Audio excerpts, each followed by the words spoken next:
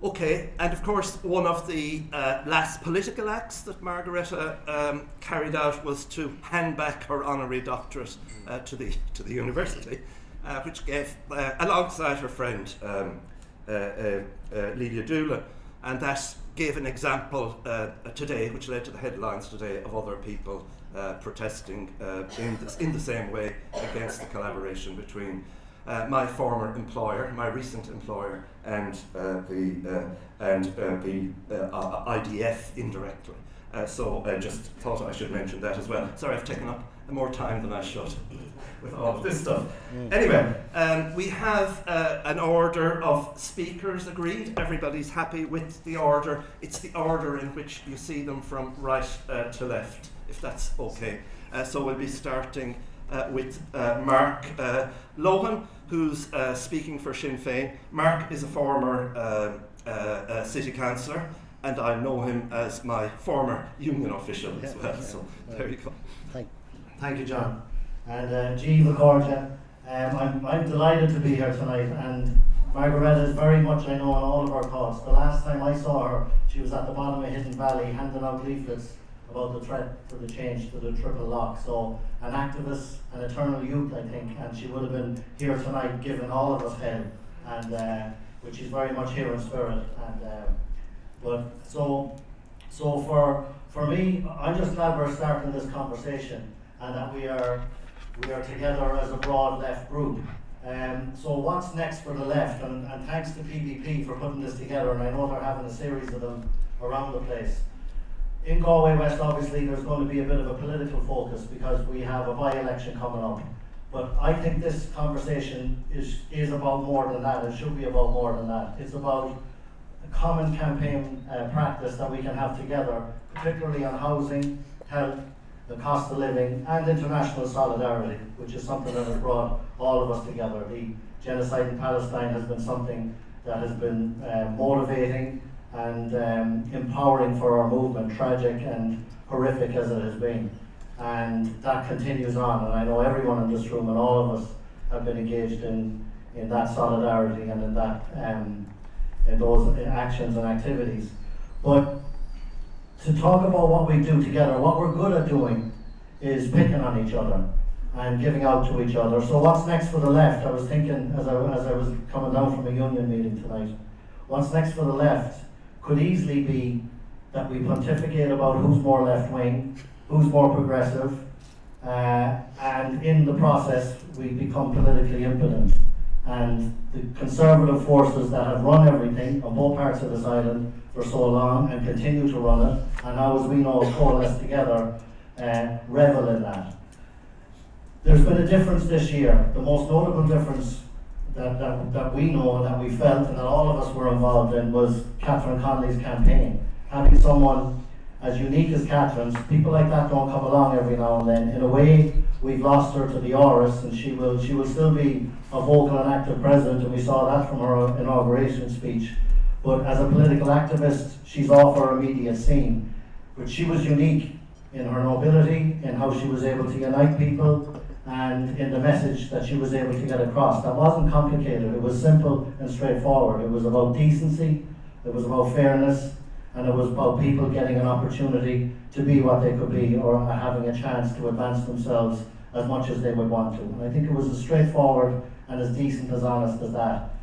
That resulted in a victory for us. We won. We won something that we could not do on our own, in our own parties or our own political camps, but that unity from that campaign was a huge victory that shook this state.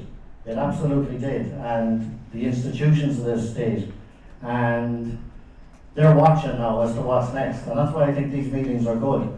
From a political perspective, earlier this year as well, in Paul Murphy's place of work, all the parties of the opposition got together over the speaking rights. When those conservative forces coalesced and they brought those regional independents in with them, and they tried to be in opposition and in government at the same time and make a mockery of the parliamentary system, the opposition stood together and challenged them. The conservative forces, because they were politically stronger at the moment, persevered in their ridiculous plan that they did. But I think that activity in the spring of this year was the first indication that there is a real alternative here, that we can somehow coalesce, we can talk to each other, we can find the common ground where we can find it, and that we can make something else out of it, and perhaps change Paul Murphy's place of work into an alternative government that leaves the two parties that have ruled this place for 100 years now out for the first time ever. There's another issue that's very important to me, and I know my time will be running down, but I wanted to raise it. I'm speaking to a room of the converted, but it's the xenophobia and the racism that has grown here in the last 18 months probably in this state. Not that long ago the narrative was direct provision is our next Magdalen laundry, it's the next scandal that's going to be a shame to this state. It's amazing how in Middle Ireland that narrative has gone and has disappeared completely. Those who come here to work here because we have a common travel area with Britain, because we're European Union, freedom of movement, and people get visas to work here because they apply for them and companies give them, and students come here to learn.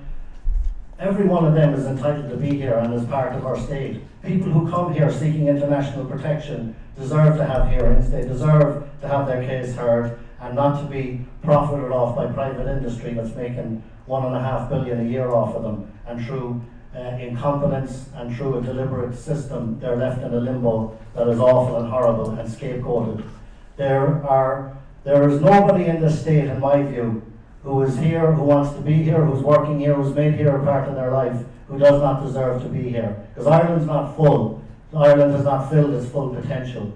And we do need to get rid of someone. We need to get rid of a government that has 70% of household income going on rent, which is an absolute travesty and disgrace. So there's a lot we can do together, standing up to racism, and every one of my colleagues on this table, we stand together on that, and have spoken out on that. My three children were born abroad, I brought them back here. They're non-nationals technically, but because of their skin colour and their name, they blend in easily, and they don't face any xenophobia. But there are others who are born here who do face that, and it's important as leaders that we speak out against that and call it out for what it is. So there are many grounds and areas here that we can work together. I won't soak up my full 10 minutes, and maybe brevity is the order of the day, and that will encourage my colleagues as well. But I just want to say, as a Republican, as a Sinn Féiner, a United Irelander, I'm here to be part of this conversation, and it's important for all of us to work together as much as possible. Elections will come and go, we'll be councillors, we'll be TDs, we'll be different things from time to time, some of us, but we will always be activists and always be campaigners. And there's always a campaign for decency and fairness for us to work on, and I think we can do that together, and I'm excited about tonight for that. Thank you, Chair.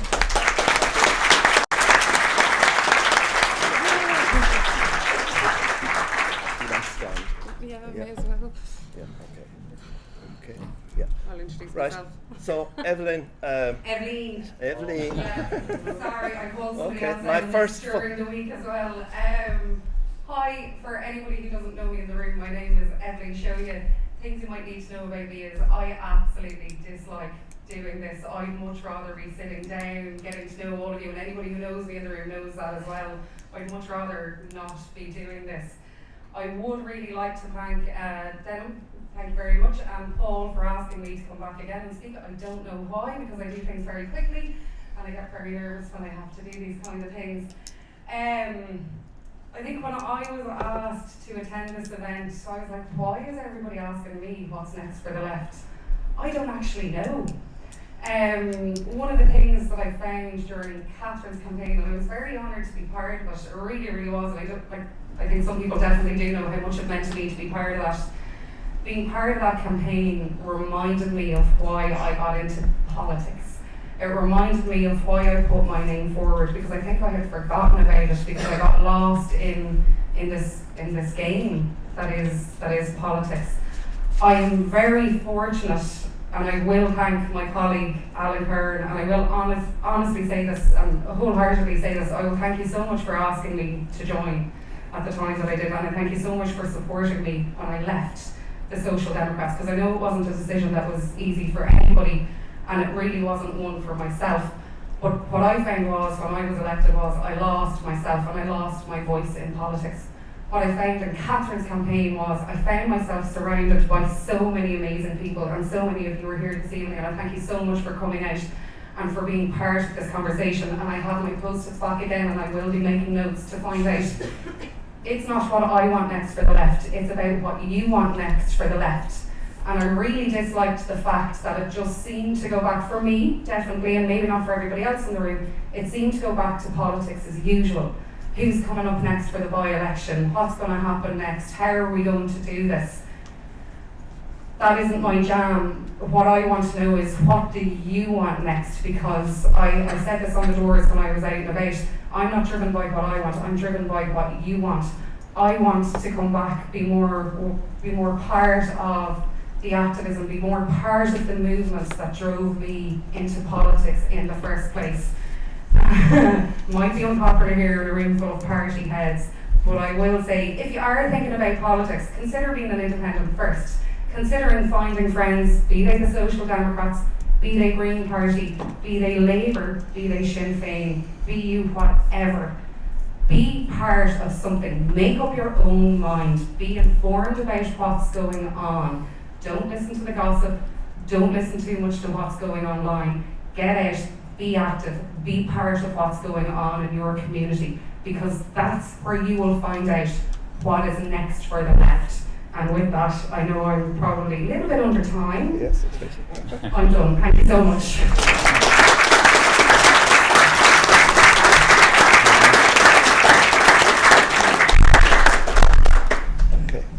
Thanks, Eibhlín.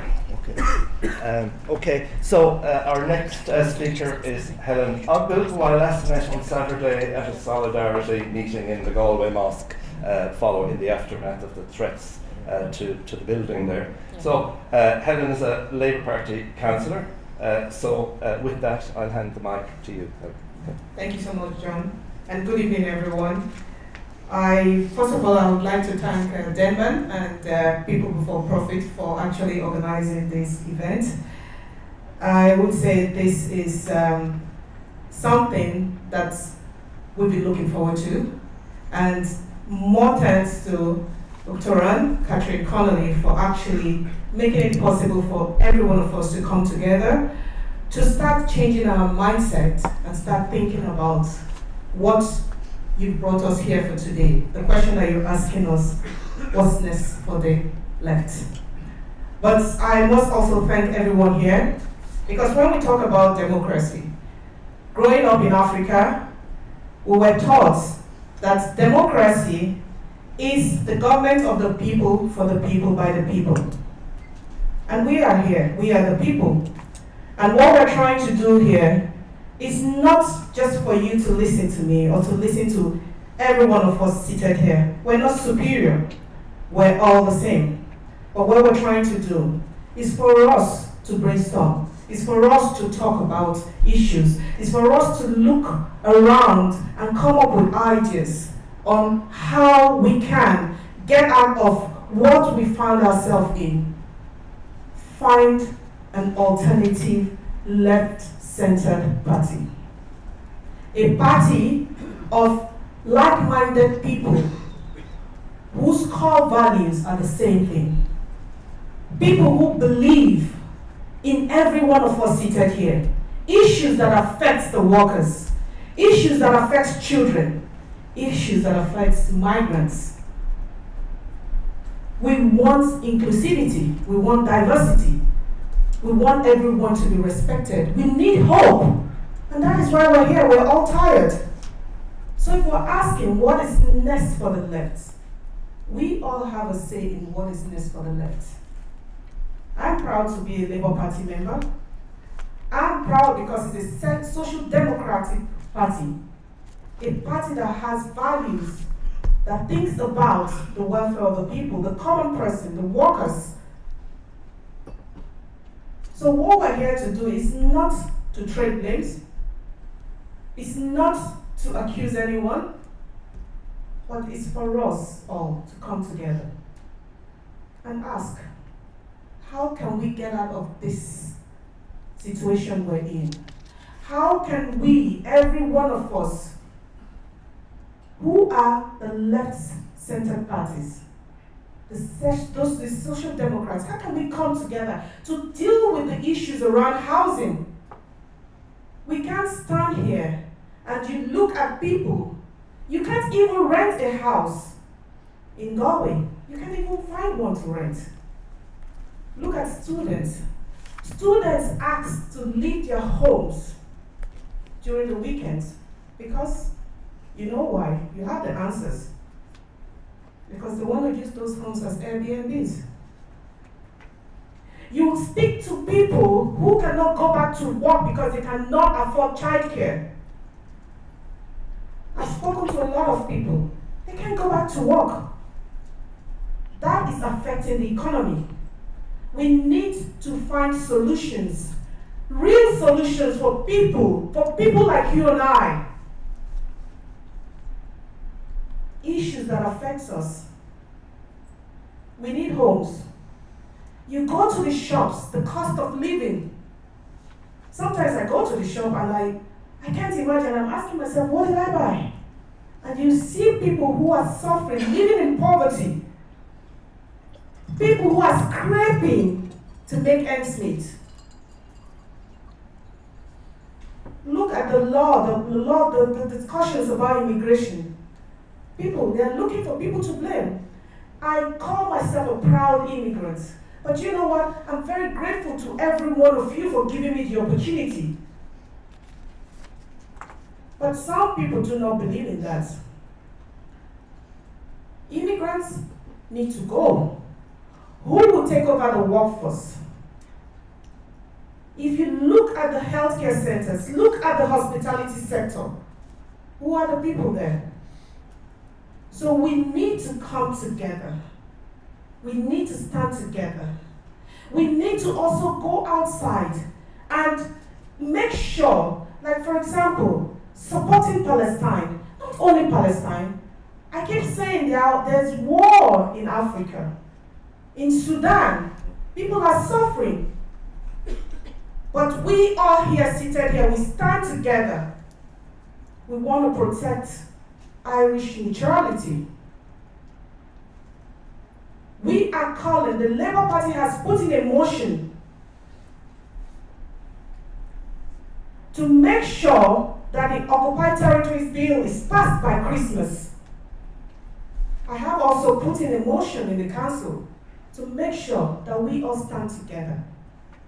So we are here because we need change. We are here because we want the left to come together, to dialogue, to discuss, to come up with ideas. In the next 4 years, what we want to see is a left-centered party. A party for you and I, every one of you seated here. That is what we're looking for. Is my time up? No, you're grand. Okay. You have 3 minutes. Okay, so that's what we're looking for. So what I would ask you is, ask the questions. And I must acknowledge the works of Connolly.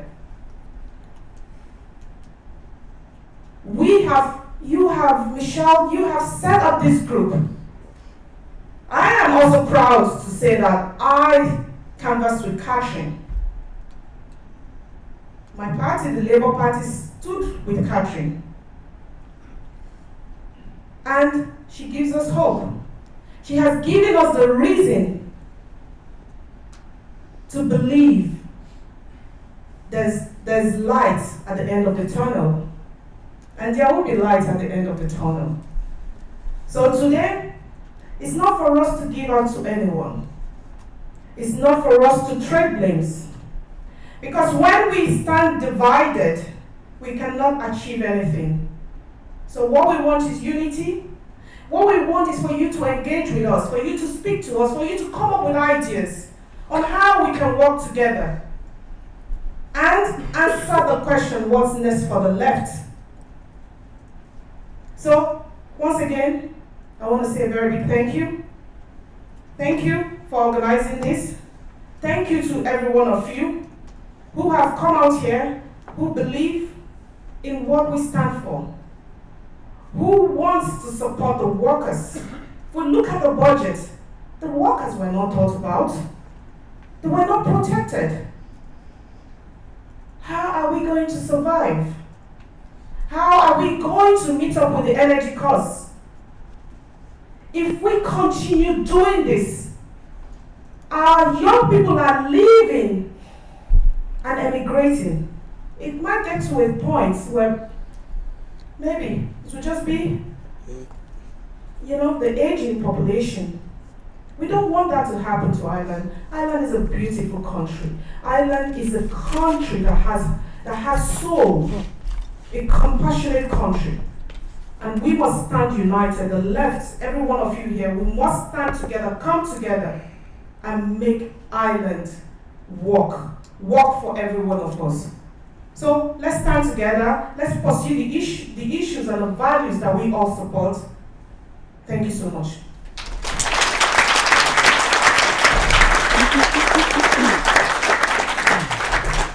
Councillor Ogbu, thank you very much. So I go next to Alan Kearns, Social Democrat Councillor. We meet occasionally on our bicycles. The odd times we do. Thanks a million, and thanks a million for the invitation to come here from Denman, from People Before Profit and Paul Murphy. It's rare that we actually get a chance to come and to talk to people like this. It seems to be popular over in the States where they do these kind of town hall style meetings, and I think it's something we kind of miss here. So a bit of background about me. I'm a councillor for the Social Democrats in Galway West. I've been a councillor for about 2.5 years. But my day job is as a secondary school teacher in Seoighthe, and I teach business and economics. But I also teach CSP. And as I was thinking about what I'm going to talk about today, I was thinking about what I'm currently talking with the children about. And CSP, for those who don't know, by the way, is what we call civics these days. Civic, social, political education. It's a fantastic subject. Unfortunately, it's undervalued because there's no assessment, so the kids don't take it as seriously as they should be.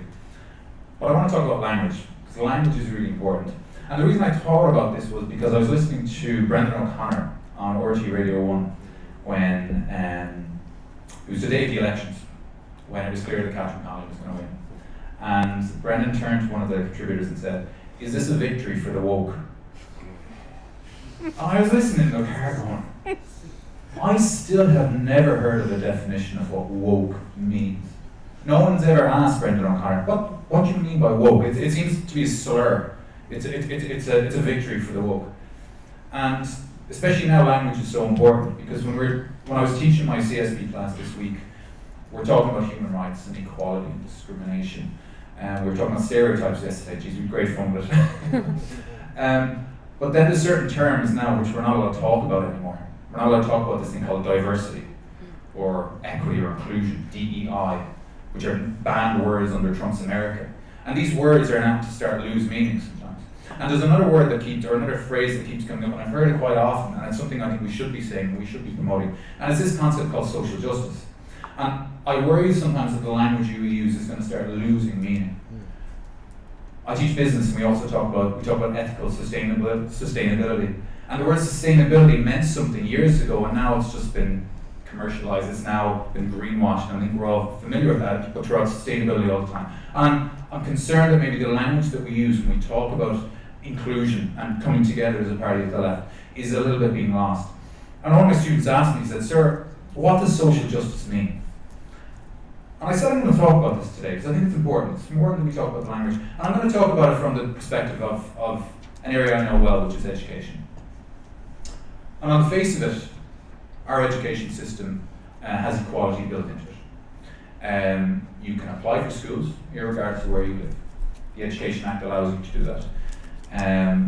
The schools cannot discriminate. There is no streaming in the secondary schools anymore. It's all mixed ability. There's a lot of common level courses rather than higher, lower level that we used to do when we were younger. And the Leaving Cert in particular is an anonymous way to assess people.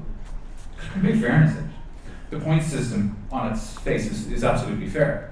But we know the reality is a little bit different. And the reality is sometimes when we access education, it depends on our own personal circumstances.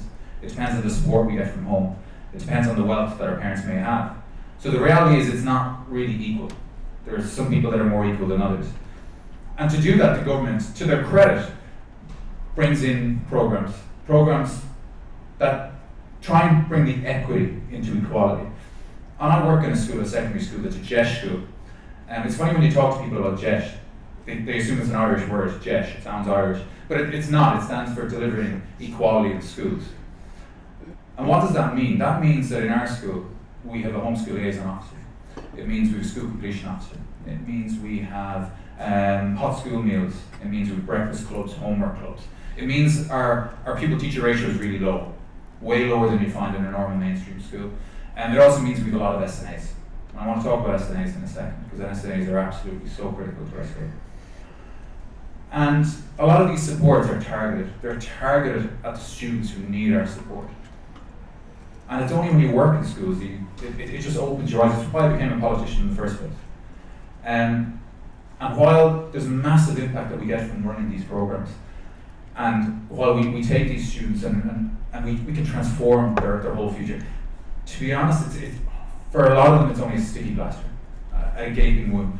And that's what social justice really means. It means let's look at the underlying reasons why this inequality exists in the first place. And that's a harder thing. That's a harder thing to solve. Speaking of schools, and I think it's important we look at this because we look at policies, we look at financial interventions that the government puts in. And I'll just give you one example. Hot school meals. It seems like a good idea. It seems like a great idea because there's a lot of kids who go to school hungry because of issues within their own community. So what we do is we as for opportunities of equality, we give everyone hot school meals. We also, in the last couple of years, started giving all students free school books. Again, a good, noble cause. But it's a waste of money. And I'll give you an example. In schools in this city, there is €300,000 been spent on providing hot school meals to some children. 95% of the children don't need them. The 5% who do need them, they're targeted, they're well known. And I've spoken to two principals who have said, we know what our students want. We know the issues in our community. You give us 300,000, give us the autonomy on how to spend it. We can ensure that we target those students, plus we can make sure that we get 4 SNAs into our school, because we're not entitled to any. We can ensure that we provide the facilities for those students who may have additional needs, special needs. We can provide resources for those students who may come in, who may be neurodiverse, who need a little bit of extra support. So language is so important. And social justice doesn't just look at health, it looks at education, it looks at health, it looks at our 2-tier system of healthcare. And while we're all kind of signed up to this Sláinte healthcare system, I think we need to go a little bit further than that. It's a good start, but I think we need to go further than that. And even transportation, we're in Galway, it's always a topical thing. You need to be very careful when you talk about transportation, Galway sometimes. But I remember reading a quote, and I'm going to get this wrong, and someone said to me that, what was the quote now, I'm trying to think of it, an indicator of a developed economy is not where the poor can afford a car, but it's where the rich ride on public transportation. And I thought that was a really interesting way of looking at it. About 2 years ago, there was a picture of Paul McCartney on a train in London, and it generated so much debate. You know, sometimes we think that we need to buy this to contribute to society, that that's a positive thing we need to do. And I think we need to step back a little bit with that. And even the language of affordability. We had a conversation in the council chamber there about 2 months ago, and I thought it was hilarious for all the wrong reasons. We were talking about affordable housing scheme up in the Letter Road. I think I was doing that. And we were looking at an affordable housing scheme in the Letter Road. And everyone was patting each other on the back saying, this is incredible, it's brilliant. There was a scheme there that was sold 10% below the market rate. And everyone was saying, it's a wonderful scheme, a really progressive scheme, we could have sold it 1,000 times over. And I said, hold on a second, I put my hand, I said, sorry, can someone define, because language is important, can someone define how you term affordable? And all the heads looked at me, everyone looked at me and like I was a bit insane, and they went, what do you mean? And I said, we're selling these affordable homes, 3-bed semi-Ds for €410,000. €410,000 means the people who are buying this are going to be locked into mortgages and it cost them €2,000 at least a month. They might be able to afford it now. 10 years' time, there might be kids, there might be the cost of childcare, there might be the cost of living. I said, that is a problem. And the response was, this is a positive scheme, it's 10% below the... Doesn't matter, the language is so important. And this is the last thing that I'm going to finish on, I'm conscious of a minute and a half left here, is the language of change. When you talk change to people, people can panic a little bit. Because change means uncertainty. And uncertainty means, what does that mean for me and my family? My number one priority is my family. It's not changing this country, I can tell you that right now. My number one concern is my family. And if my family is threatened, if the security of my family is threatened because some group of left-wing activists are telling me that we need to change everything, that's going to put my back on. And that's where we need to be very careful when we talk about change. We have to talk about positivity. Because when people talk about change, they talk about, well, we might need to change things. I've been called anti-business this week, which is quite interesting. You might have seen that. I've been called anti-growth, anti-car, you're against, you're anti-progress. But again, we need to change that. And I think it's our responsibility as elected members, as part of a coalition of change here, that when we present change to people, we need to show them exactly what it means. And that means that we have these sort of discussions before there's any election, because what happens after an election is they go into the room with them and they go into the room with them, and there's all these private negotiations about what a government might look like. I think we need to have those negotiations now, and we need to decide what our red lines are for all of our parties. And when we go to the doorsteps, and not in 6 months' time for a by-election, but in 3.5 years' time, when we start knocking on people's doors and we say, you should vote for change, we can tell them what that means. Because language is so important. Because if you just say, oh, we're better than them because we're going to do this better, that's nonsensical. And this auctioneer, this election of I can do better than you is not helpful for anyone. And I'm going to finish with this because I had to laugh about it. And it's about our housing targets that some people said. I'm going to get the numbers wrong, but it's not important. Because I think Fine Gael said they were going to build 70,000 houses, and Fianna Fáil said they were going to build 80,000 houses. I think the Soc Dems came out and said they were going to build 200,000 houses. And then I think Labour topped it all. I think it was brilliant. I might be wrong with this. I think they said they were going to build 1 million houses in 10 years' time. I might be wrong. I think the man said it. And I remember thinking, this is ridiculous. Let's all get an agreement. Public housing on public land. Bring in rental ceilings. Bring in estates. You know, we don't need to argue and just bring out these ridiculous. I'm slagging my own party as well. It's nonsense. So let's get the language right. And I think that's the time is to do it right now. Sinead, I'm run over, 1 minute over. Is that alright, Curran? That's alright.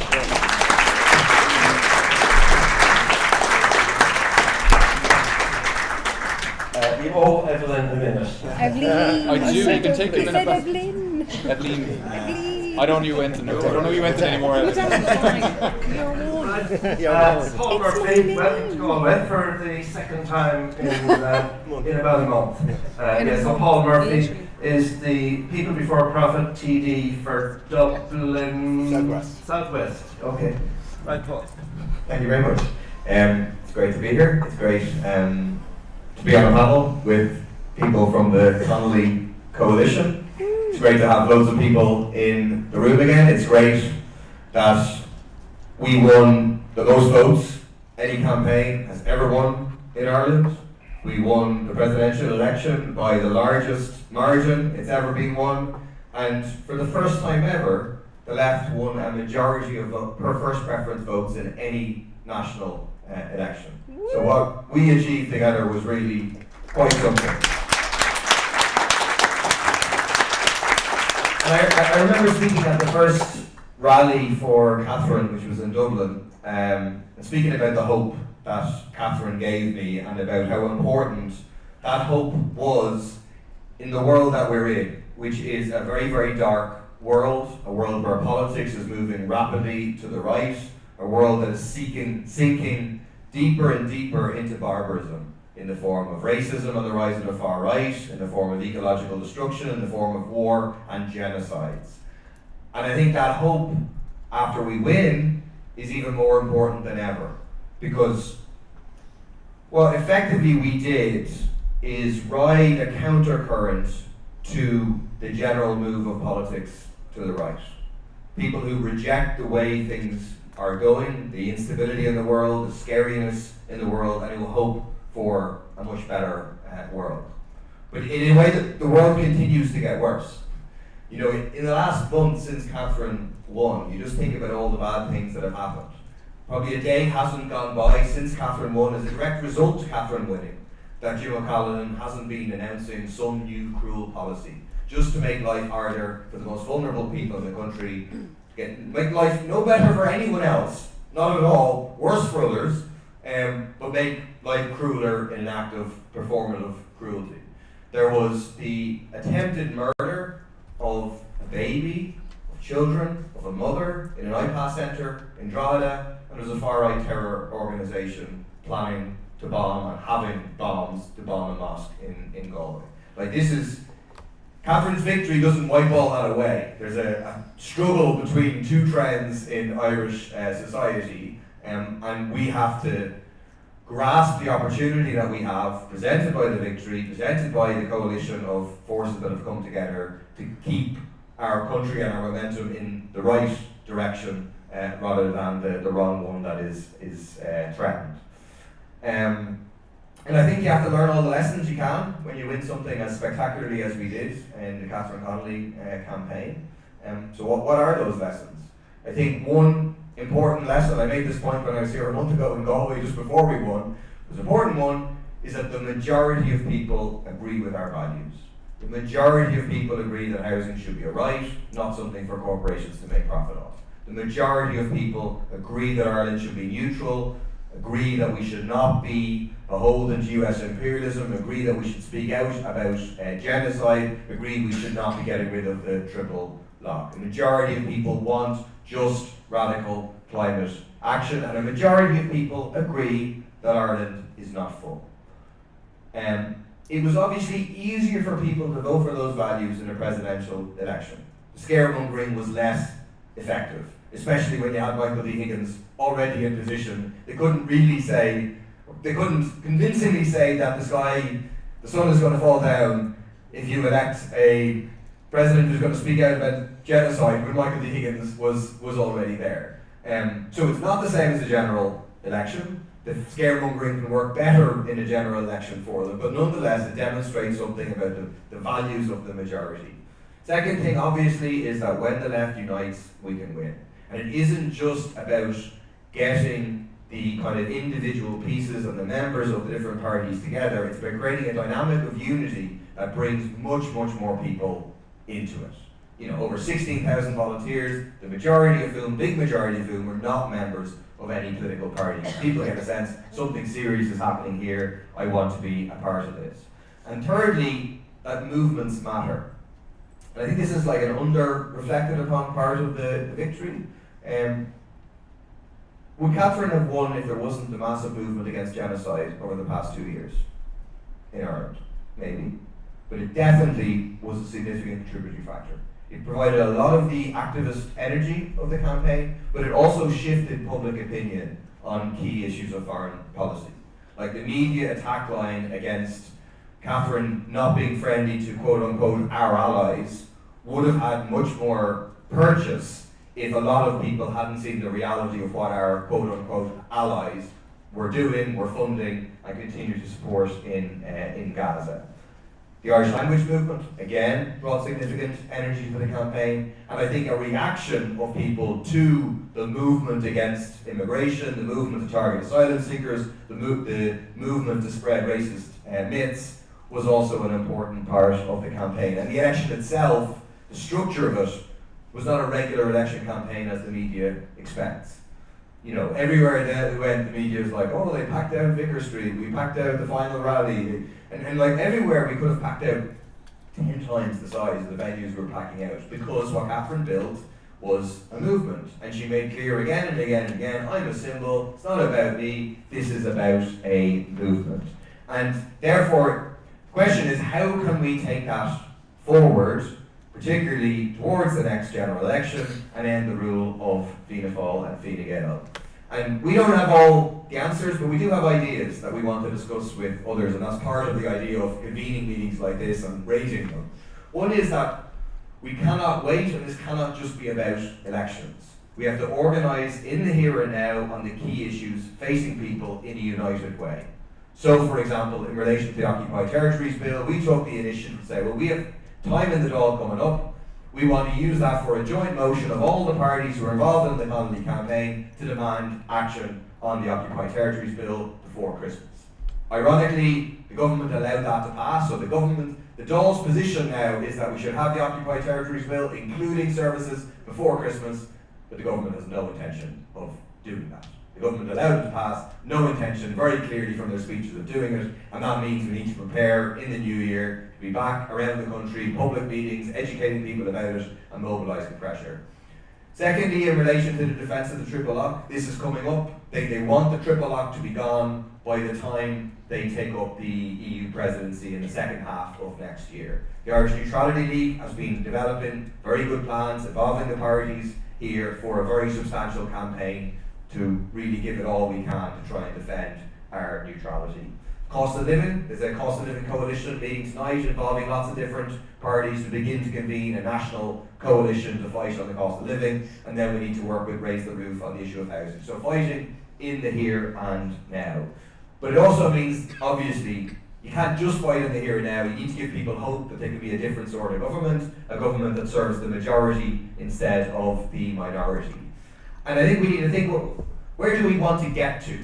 So like what Helen was talking about there, what do we want the next general election to look like?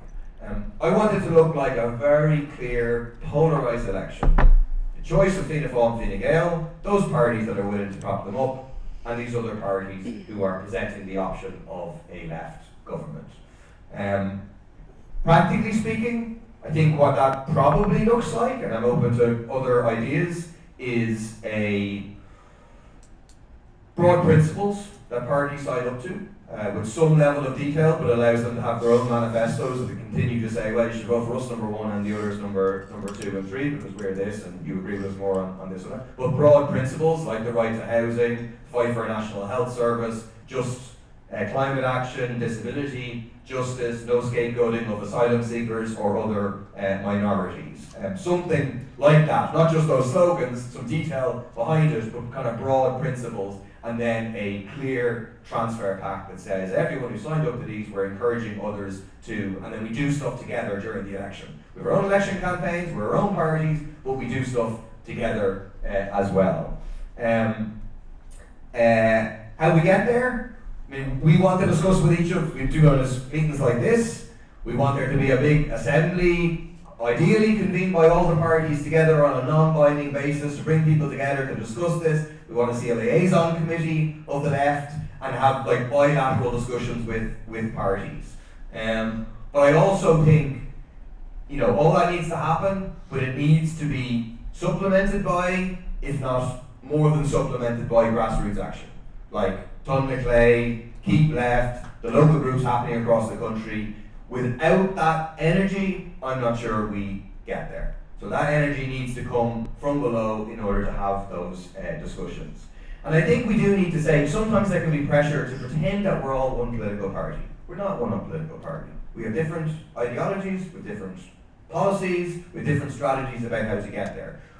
Just attempting to deny that and saying, well, we're all just the one, won't get us very far because those differences will raise their head. The question is to have our differences, to be able to have our debates and discussions and raise the ideas we want to raise while still continuing to work together and cooperate practically. So there are things that people for profit will argue for in that process. We're not saying they're a precondition for that process. We will argue that all the parties should rule out coalition with Fianna Fáil and Fine Gael. That will give people confidence that there is a real choice. I won't end up putting Fianna Fáil or Fine Gael back in. We will argue, like I 100% agree with everything Mark said about the issue of racism and so on. I think, I don't know how to go with you, but I don't think everyone in your party agrees with you, and I support you in your struggle inside the party. I think it's strategically and morally disastrous to give an inch to the scapegoating of asylum seekers. I really do, and I think it will be devastating, even in electoral terms, to go down that road, and we have to try and hold the line. Again, to criticise others, I think it's a mistake that the Greens and the Labour Party voted to increase rents in Dublin City Council for people, some of the poorest people in our country. And again, I have every confidence that there's other people in those parties who don't agree with that, and we'll discuss it and so on. And also just fundamentally, we will put forward the point that we do think we need fundamental change in our society.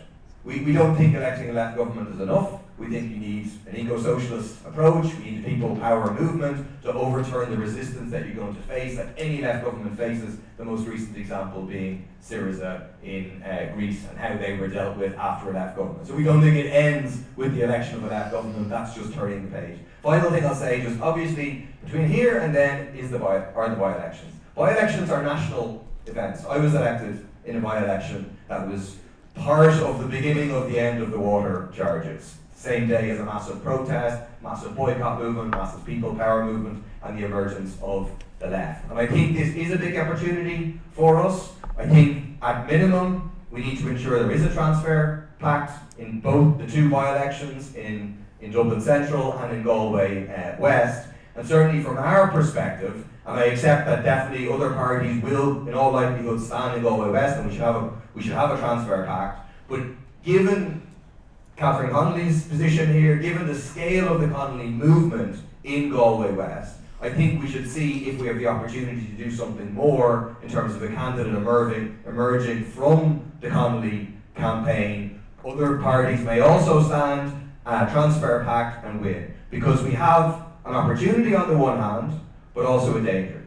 Because let's say if the populist right win either of those by-elections, well then the momentum that's with the left is slipped away and they go back to their divisive kind of narrative. If we can win both of those by-elections, then I think we can, and the left doesn't split the way the media will predict it's going to split, well then I think that will be a very important point towards the next general election and towards finally ending the rule of Fianna Fáil Fine Gael. Thanks a lot.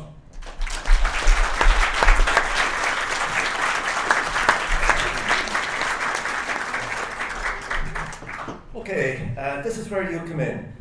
So now I'm going to open it to the floor, and okay. Sounds like me. We've already got some people indicating. So I'm going to try to keep this moving and fairly brisk. So if people are taking a long time to get to the point, I may draw that to their attention. Is that okay? So okay. Yeah, and we may take a few questions together and take them to the speakers then. Okay. The man there facing. Your man. Sorry. Hi, Sai. Okay. Oh, yes, it's loud. Yeah. Okay. Hi, everyone. So, for people who don't know me, I'm Sai. So, my question is for the table. So, I'm not going to pick on one person and try to do that. So, I guess it's on derelict and vacant houses that we have mentioned earlier. So, I've recently done an FOI, and across Galway City and County, over 1,000 vacant or derelict homes have been identified in surveys, but only 82 appear on the official registers. So, acknowledging the recent move to transfer of enforcement to revenue, why have councils and successive governments failed to enforce laws that already exist, such as the Derelict Sites Act, and what will you advocate for with regards to the enforcement? So, I guess to give more numbers, 817 were reported in the county, 220 were reported in the city, but only 82 were registered between the city and the county, and 0 prosecutions and CPOs to the Thank you. Yeah, thank you. Can you pass the mic to the person beside him who also indicated? And I think I'll take 3 together, and then we can take it to the panel, if that's okay. Of course, each party will have their own red lines for a potential programme of government, but I'm just curious that will the policies agreed on in the programme for government, I know we're still a while away from there, will that be reflective at all from the democratic vote in the general election, as I don't think it'd be right for Labour, who got 4% of the vote, and people before Profit who got less, to be to their manifesto to reflect the programme as Sinn Féin, who got just less than 20%. Okay, thank you. So you're jotting those down. So and we'll take Brendan's question as well. Good evening. I'd like to comment on Councillor Alan Curran's comment there, where he said that for wealthy a society is best society best shown by the fact that the wealthy driving public transport, or words to that effect. that's very true. My speech is not a question, it is a comment. But I have the privilege for the last number of years to be the chair of the Galway Lewis Society. That's a light rail to bring a light rail to Galway. When we started this campaign many years ago, it was all about moving people from A to B, and that was all fine. Now the campaign has moved on, the issues have moved on, and it's as much about solving the housing problem. It's as much about sustainability and climate and quality of life and cost of living. Nearly every problem that we have today, I believe, in some small way, can be improved or solved by the fact that you have a decent public transport system. And this town is dying on its feet, strangled by the fact that people waste so much time stuck in traffic. And it's killing the town, both from a reputational point of view, and a business point of view, and a living point of view. And so this is not the forum that I am going to praise and preach about light rail. So I have a number of brochures here, which I'll give to each one of you. And I request, ask, beg, plead with every one of you and every campaign in the next by-election that you support what we're trying to do here for your own good and for the good of the town. And I would ask you to stand up publicly and support it in any forum that you speak at, and ask your parties or your own manifesto in the next by-election to support it and speak publicly. I'll hand these to you, John.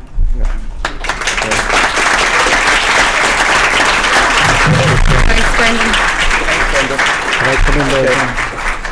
Yeah, so we have 3 questions there, which members of the panel may answer one or more. Briefly, again. I can come in. You can come in, Mark. Okay. Right, just to come back around. Oh, that is loud, sorry. I see what you mean. Is there something wrong with the It's just mic?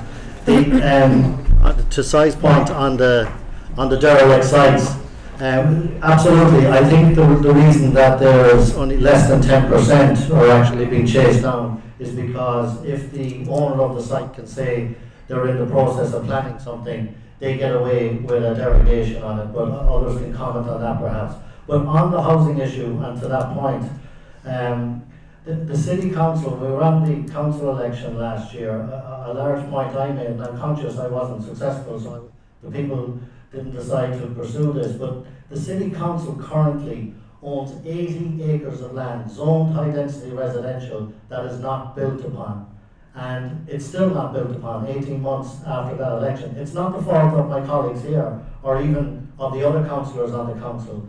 The reason it's not built on is they're not serviced properly, they don't have the infrastructure to progress them, and they don't have the funding to build directly, to build direct public housing on public lands.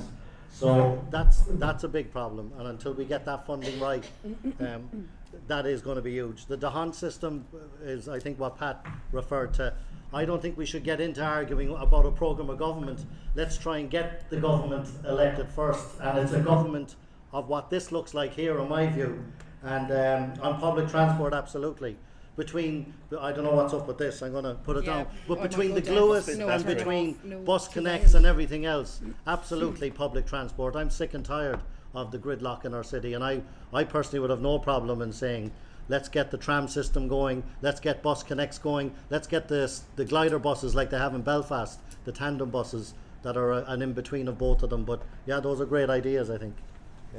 So, Alan, you were named in the question, so... Yeah, like, I'll talk briefly, I suppose, about the vacant and derelict homes, and it's fair to say it's brought up every single council meeting, and it's fair to say that the staff and the councillors are beyond frustrated with the situation we find ourselves in. I have to give credit, and I know I've kind of given you the response from the executive, and to be fair, I have to give the executive fair dues and take them at their word. It is a very, very difficult thing to do from a legal perspective, to prove that a house is vacant or been used for short-term lets. It is tricky to do, and I have to give credit to the staff in there. They are trying their best. When it comes to Airbnbs, it's been thrown back and forth between, is it the Department of Revenue, is it the Department of Tourism, and now we have a new register that's coming out from Fáilte Ireland. Is that going to work? I don't know. I have no faith in the system. But generally, when we bring this situation up on housing, whether it's affordable homes or vacant homes, what they say to us in the council offices, our hands are tied. Unless policy changes, we can't do anything. We cannot enforce. We try our best. Now, I will say in Galway City Council, we do have a new derelict sites team that was only in place now in the last 6 months, and they are doing a job, and the staff in there are doing great. But it's not enough. It's not enough because, again, it's policy based, and they can only act upon policy from the top. And until that changes, we're really not going to see anything different. Brendan, great to see you. Yeah, look, I mean, we have a huge, there's a huge decision going to be made in the next month. I think we're all aware of what that decision is, and it's whether on board Connolly grant the ring road. At this stage, it doesn't matter if you're for it or against it. I think even the dogs in the street know that that is going to end up in a European court. There's going to be a review against it, a judicial review. What we have been crying out for, I think all of us have said, while that is going on, let's invest in everything else. Active travel, footpaths, accessible communities, the bus connect system, the light rail system. And what we might see, and there's a whole theory of induced demand. When we build the Luas and when we build the bus connects, you might see the traffic just evaporates, as happens in every other European city.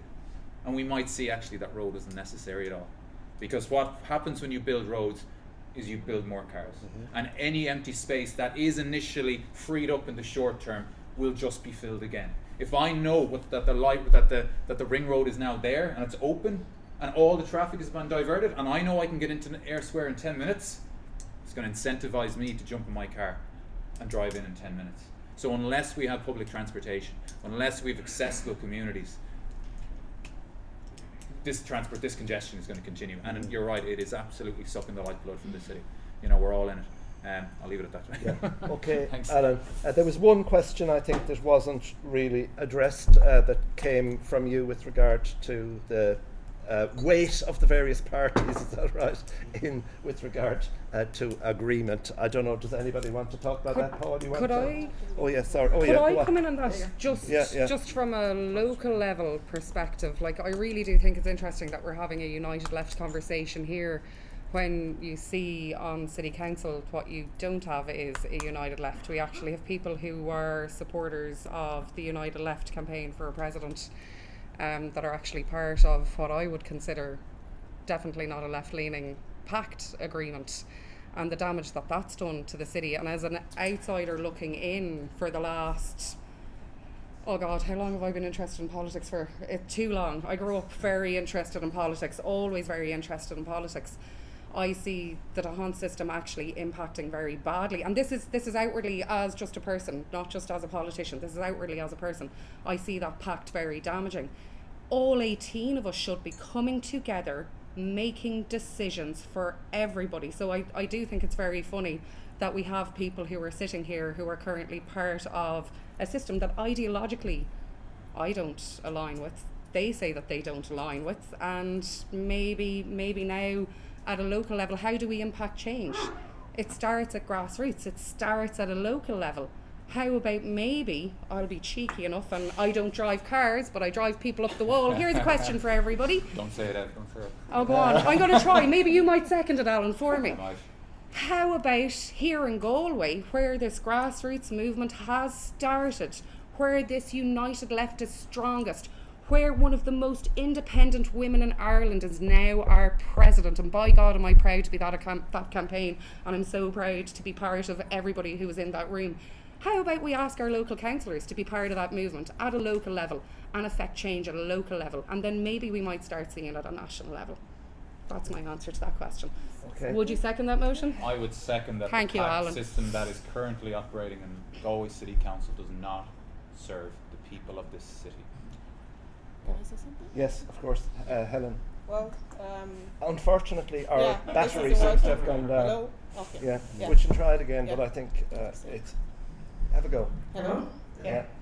Well, first and foremost, I just want to bring us back to why we're here. And we're here to ask the question. We asked the question and we're here to get the answer. What's next for the left? We're not here to give out to any party. We're not here to pick blames. We're here to look at how we deal with situations and how we collectively come with answers to what is happening. Like every one of you here, I've always asked questions. How do we do this? How do we do that? Being an outsider is easier, but when you are an insider, you have to understand how things work. And then, like Alan said, it takes time to understand. And you must kind of learn and cooperate. But one thing I know for sure is communication issue. I believe, like, if things are happening within council or wherever in government, if people are not aware, if people are not properly informed, then you don't understand it. So for me personally, I'm kind of solution focused. I want us to look at what we don't want, why don't we want it, and how can we deal with it. I'll bring us to like the issue around the derelict properties. Like that would be the question I started asking when I got into council. Why are we not dealing with this? There are boarded up houses here. Look at the number of boarded up houses. Why can't we deal with it? But then I was educated and was, informed on how. And that's the information that you want to get. That's the information that every one of us here needs to get. And that's something that we convey to them, I convey to them, pass on that information to the people. Because when people know, then they do not worry a lot, they understand. And what they do is that they spread the word, spread the message to other people.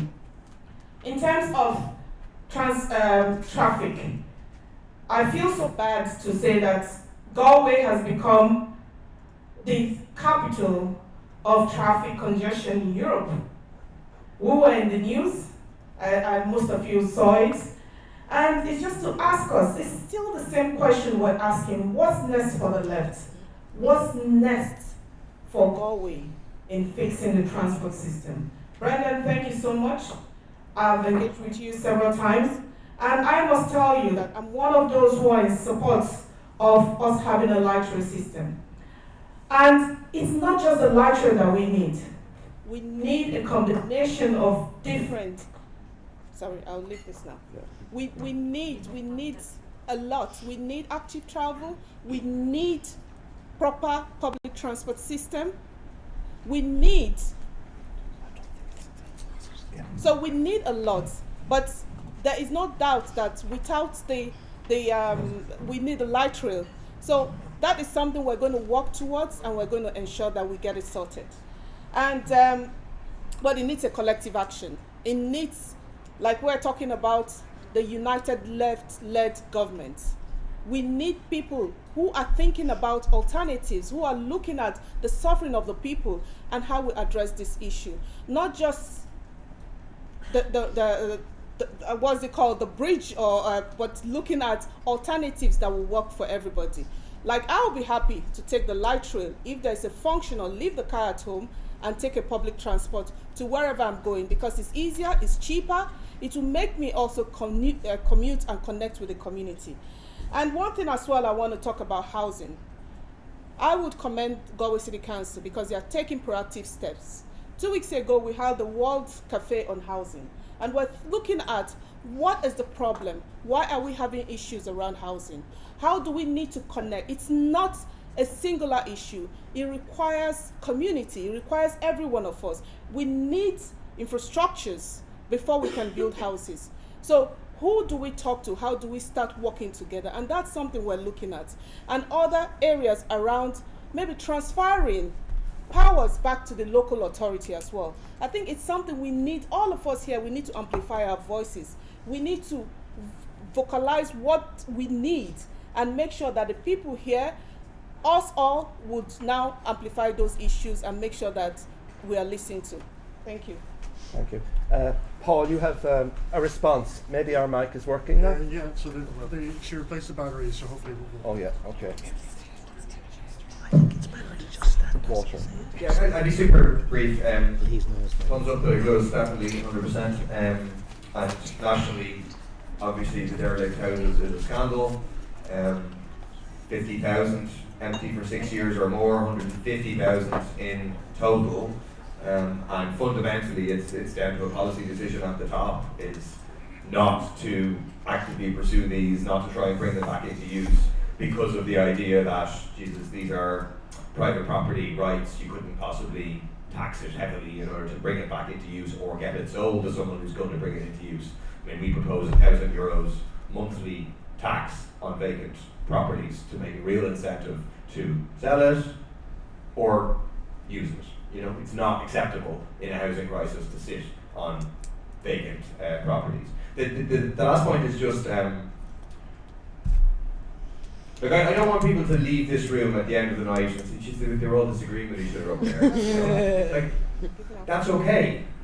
You know, we have to normalise that there's going to be disagreements.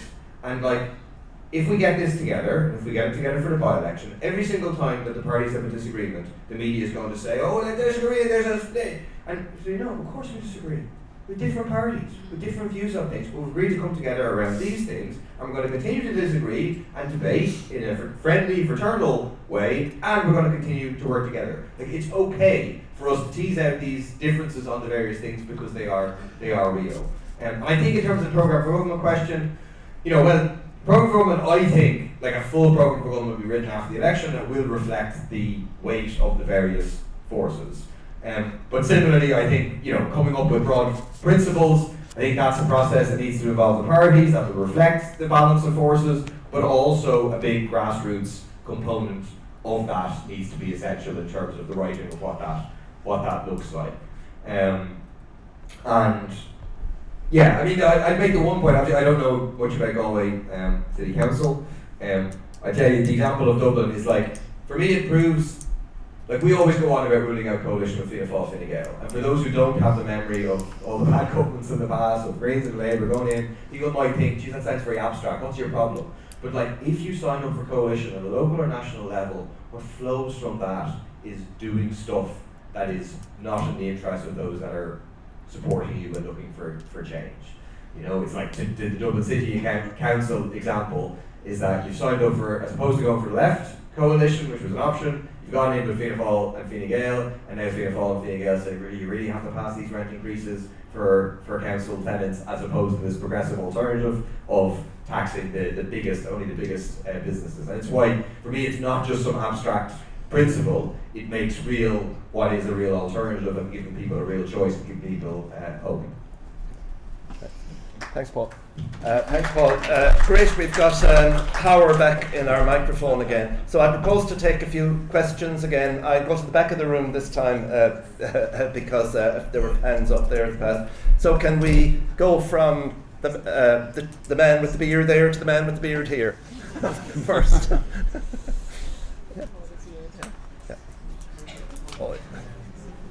I'd just like to take up a point raised by Paul there. It's a remarkable fact that Fianna Fáil and Fine Gael weren't able to form a government this time out, to gather together a ragbag of independence. It's very, very likely that that won't be enough for them next time round. They're going to come looking to parties of the left, either Fianna Fáil and Fine Gael together or one of them, to join with them. Now, if we are going to have a left alternative looking for a programme for left government, it is absolutely necessary, in my view, for the parties in that movement to say in advance that they will not support Fianna Fáil or Fine Gael coming back. Now, I know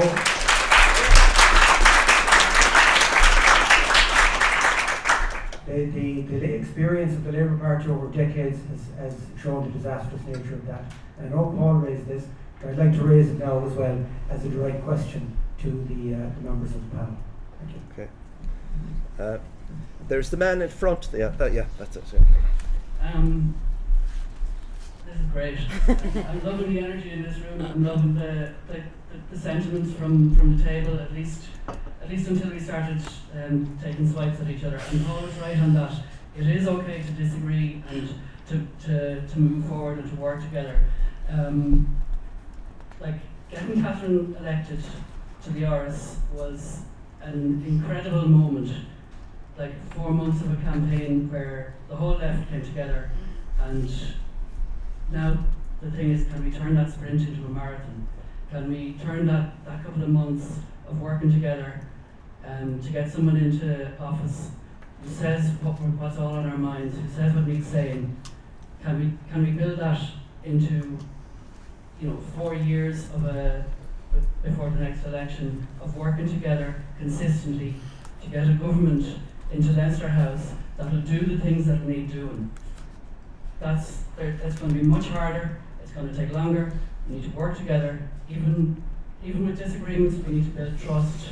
We need to hold that trust for each other, and to have that trust in ourselves, and then work together. Make Margaretta proud. Okay.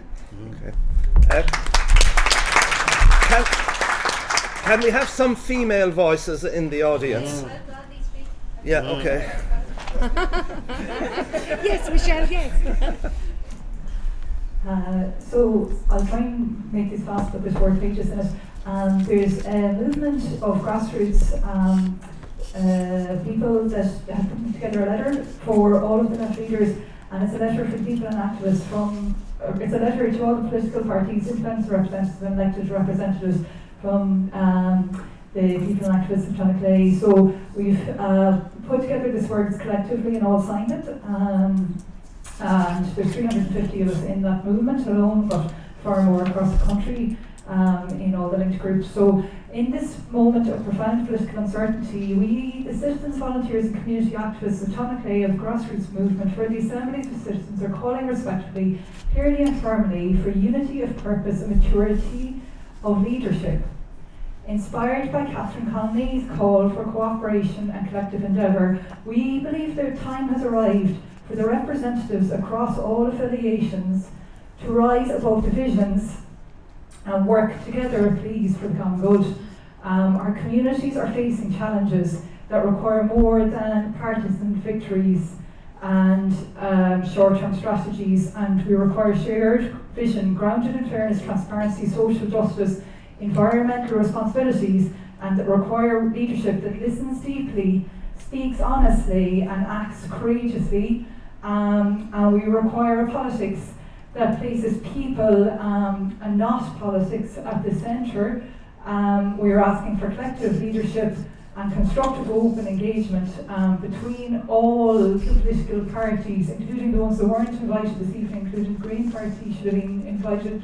We want to see unity, true unity across all of the parties, independent representatives and community voices.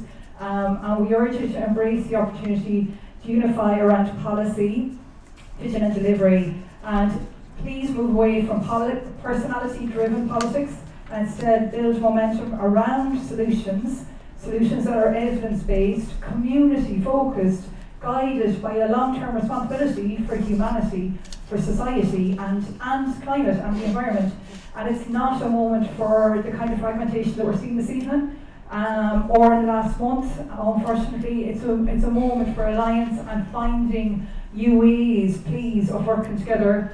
And our movement, Connolly, recognises a unique opportunity, there is a unique opportunity in the current political landscape and a groundswell of democratic support, which is building, and it is peaceful, it is people-powered, and it is committed to change. So for the movement, though, for the grassroots to succeed, it must be strengthened by the cooperation, coherence, and the willingness of all the elected representatives to engage respectfully with each other in public, but maybe behind closed doors first, so that when you're emerging as our leaders, that it could be done in a sense of cohesion and peacefulness and one voice. And we ask you to meet the movement with openness. We're asking you to set aside your old antagonisms. We're asking you to act with integrity, with courage and maturity. And we believe in a politics where leadership is not measured by who shouts the loudest, but who listens the most, not by division, but by collaboration, not by fear, but by hope. And citizens of the democracy, we're standing ready to play our part. We will campaign, we will do the activisms, we will do the volunteering, we will get out and mobilise, but we need our elected representatives acting with that same energy and spirit and courage. So please show us what is possible with vision, unity and the voice of the people. please guide the way forward with us, and that's with respect from every single member of Tunnel Clay. Yeah. Okay. There's a woman in the back of the room there on Irene. the yes, Irene. Yes, sorry. I work in youth work, I work in youth work, and I know the Vote at 16 campaign was, I suppose, sent to bed again for another few years, or at least that's what the government thinks. And I suppose I'm asking the candidate, or not the candidates, but the people at the top table, where they land on the Vote at 16. Young people can legally have sex at 17, they can have a licence to drive a car at 17, but yet it's figured that they can't have the wherewithal to vote and be involved in politics at that level. So that's my question. Yeah. Okay. Max at the back as well there. 5. Thanks, John. Keep it easy, Max Kelly from the Go Episode. Question for the panel members: if the left don't coalesce to have an agreed candidate in the upcoming by-election, will you advise all the panel members, your supporters, party members, to transfer left to each other's parties and candidates? No. Thanks. We'll take one more question.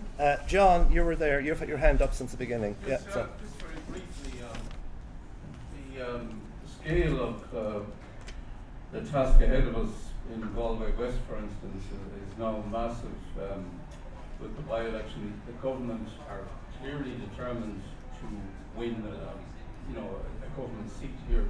They've just today announced that there's 3 billion going into Galway County overall, with bypasses, no matter, Galway bypass, outer bypass, rail, which is long needed, but I mean, 100 years later it's only happening now, and it's just that we need to unify and realise that the task is going to be massive with the amount of money that's just going in at the moment and the focus that the government have.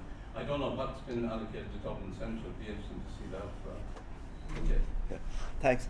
We have half a dozen questioners there. I'll ask the responders to be brief because I want to get as many voices from the room as possible. So if people could respond to one or more, one of those questions individually in a minute or so. Yeah, certainly. And there are 6 questions. Look, some of them are kind of grouped together, but the main questions that's asked. This is the government I want to see, personally, me as a Sinn Féin activist. I want to see a government of the left with the Green Party as well, and other left candidates in there. My own party in particular, we have a parliamentary party, if you want to call that. They're not decision makers for policy. In Sinn Féin, for any decision that's made, there's an Ardesh, and the activists in a room like this will debate out whatever arrangement will be. So a single activist like me, I'm not a city councillor or anything, I'm a Sinn Féin activist, and up here is that. My preference is for a party of the left, Green Party, socialist independents who exist, and we have to take seats from the other independents in Leinster House and from Fianna Fáil and Fine Gael, collectively. And where we can do that, and to the hard question of how we do it, your manifesto is perfect, it's on the ball, there's nothing on it that I disagree with. I think the challenge will be for us to work together collaboratively, to be clever, like my party does with the SDLP in the 6 counties, where it makes sense. We run candidates strategically. To Max's question down the back, and to Paul has kind of answered it for us, and our party leaders have said it as well, we are all going to run our own candidate. That's what I believe. That's what will end up happening. There will be no one single agreed candidate. But that's okay. That's how we express ourselves. That's our democracy. We have the single transferable vote system. And if we vote left and transfer left, I'd love to see that in all our literature. And Helen and myself have talked about that just in the conversation earlier on. But what we need to do is vote left, transfer left, even to those we don't like.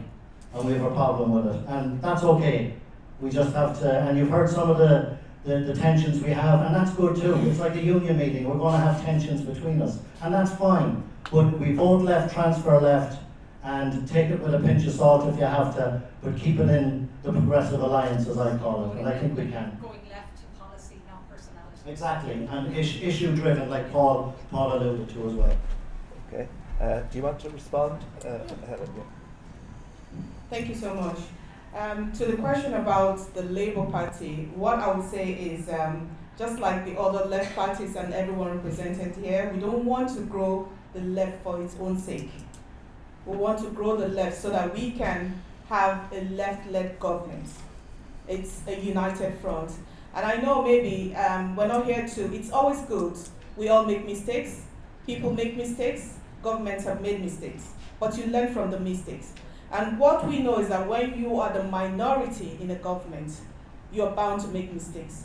And that is why today, and every one of us seated here, and even for more of this kind of engagements to come, we're going to be talking how we can all unite, because that's what we're clamoring for, that's what we want, where all the left-centered parties will come together and we'll have a government. So that will not arise. We're not going to ask ourselves, are we going to get into government with Fianna Fáil or Fine Gael? No. We are going to make that happen, a left-led government. So we need to start working towards that.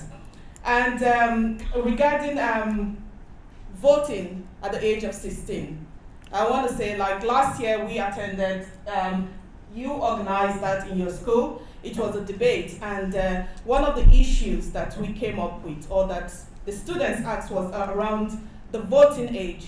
And I think it's something that we should look into. If you look at the age, most times is nothing but numbers. If you look at some of these young people, like you rightly said, there are so many things they can do at the age of 16. Some people get into university at the age of 16. Why can't they have a choice to decide who gets into power at the age of 16? So that is something that should be looked into. That is something that should be open to debate. And I think that's something we can start advocating for. So I agree with you. It's open to debate. And what other question was it? Tunnel Clay. Thank you so much for putting up this. And the part that actually I've read it over and over again. We believe in politics where leadership is not measured by who shouts the loudest, but by who listens the most. Not by division, but by collaboration. Not by fear, but by hope. I think every one of us should read that line, read that paragraph. That is why we're here. And I agree with you. I agree with Tonokle, but like for me, I am part of a party. I have my colleagues as well here in Galway, Councillor John McDonough and Neil McNeilis, and we'll be discussing this, and we'll definitely get back to you. But thank you so much for putting up this, and it reads well. And I think every one of us should have a read of it and, just sign up if you can. Thank you. Thanks a million. Yeah, just to answer a couple of questions.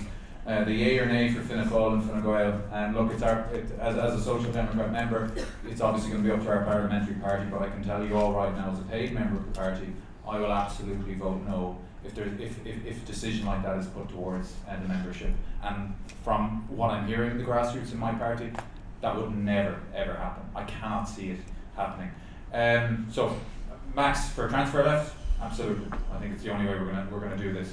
And I suppose, as we spoke about with this grassroots movement, and it's a suggestion I threw into the Tunnel Clay group, is where it would be great, and I think Paul, you alluded to this as well, the only way we're going to get change is if we get people from outside of the political party system to come out on campus for that change. So I think it's really important that rather than just saying transfer left, we have that shared vision of we're here to promote these people who have signed up to shared principles.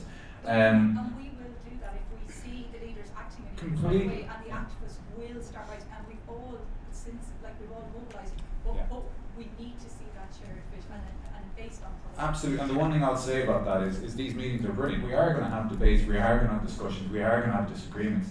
And this is why these conversations need to take place in an open forum. And there's a few of us in this, to be fair, I think the majority of people in the City Council in particular want live streaming of meetings. So everyone can see what goes on in these meetings, because I can tell you this, it's a bit of a circus sometimes.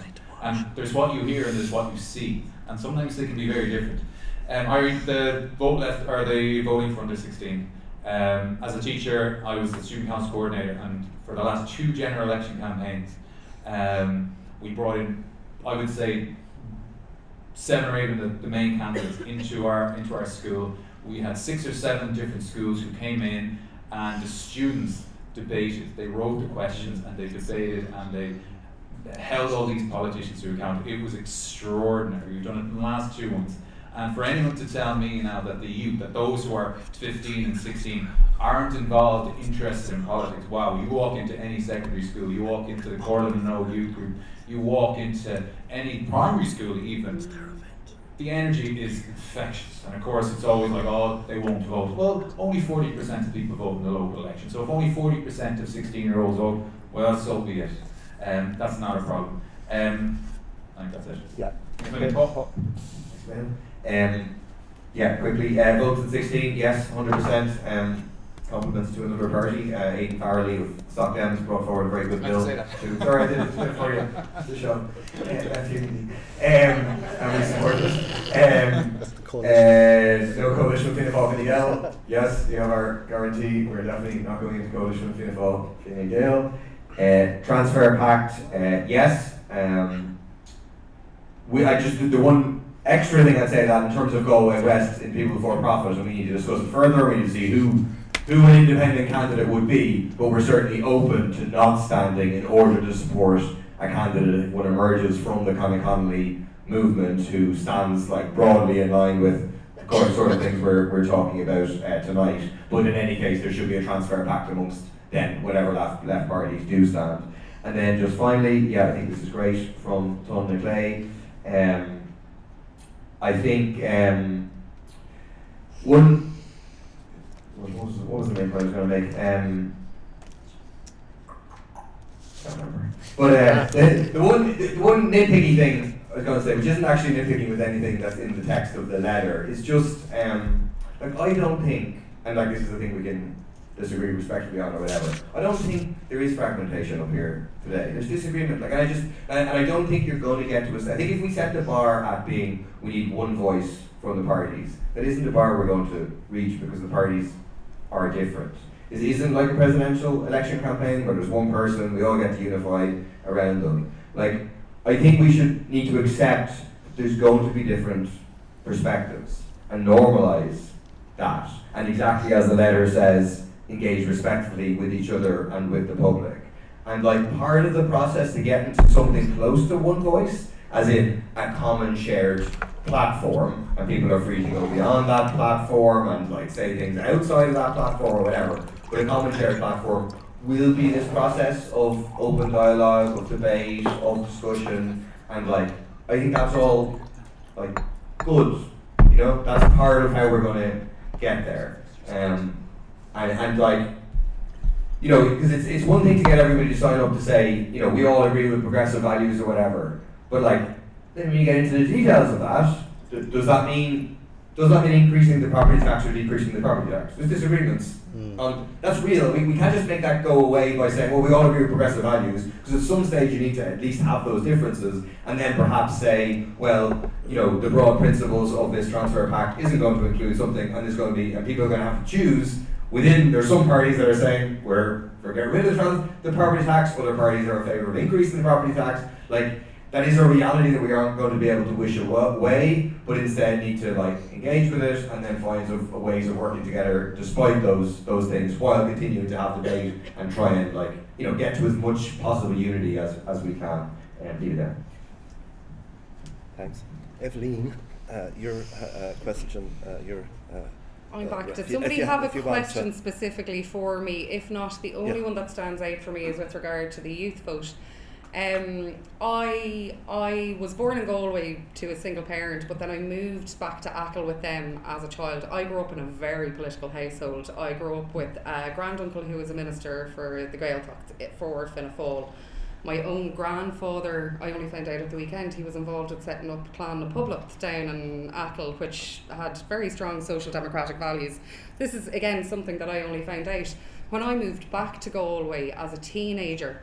I think I was the only person in my class who was really interested in who was going to be elected in the next general election. or budget season, my favourite time of the year, despite public opinion. Budget time is my favourite time of the year. For me, if I had been allowed to vote when I was a teenager, that would have been so important for me. So my God, that youth vote is so important, because there are plenty of people out there who will want to choose that right to exercise their vote, and I do think it should be extended. Not everybody under the age of 18 is incapable of making their own decisions. There's a lot of them that are, and I think it should be encouraged and nurtured. I think there's a lot to be said for this evening. I wasn't taking any gripes at anybody, I was just asking questions. You're like, if we are talking about a united left, I do think this belongs at a local level. I do think there's more discussion that is definitely needed around it. As I said, I have my post-it with me. I am happy for suggestions if people want to fill them out. Please do, I will take it on board. Yeah, I just think, wow, fair play to you all for coming out. I think one of my big wishes, and I know it wasn't a question that was asked, but it was a discussion that I had in the bathroom briefly with somebody when I just stepped out there. I heard the word fraternal being used this evening. It really kind of irked me. Being a woman in politics, I find no disrespect to anybody here. I have found myself surrounded by some absolutely lovely people, but I find myself in a very misogynistic environment. And I would love to see, and what I saw during Catherine's campaign, and I hate to keep on going back to it, but I'm one for living in that moment still, and I revel in it. It was so much fun. There were so many women, there were so many people who came out on board. I want to see that reflected here, not only in the next by-election. I want to see that reflected right across the board in activism, like yourself, like Irene, you working with Youth Work Ireland, like so many of you, and as I said at the beginning, so many of you in this room inspired and lifted me to be where I am this evening. Before I came here this evening, I was down at the Black Box for the local food and craft fair. When they started in 2012, I started taking photographs down there, and I said it to Caroline this evening. I thanked her for being part of my life, for encouraging me to get involved, for using my voice, for taking those pictures and for highlighting what was important. I don't want to be sitting up here at the next meeting going, what's next for the left? I want to be, and I said this at the beginning and I mean it so wholeheartedly, I want you to tell me what's next for the left.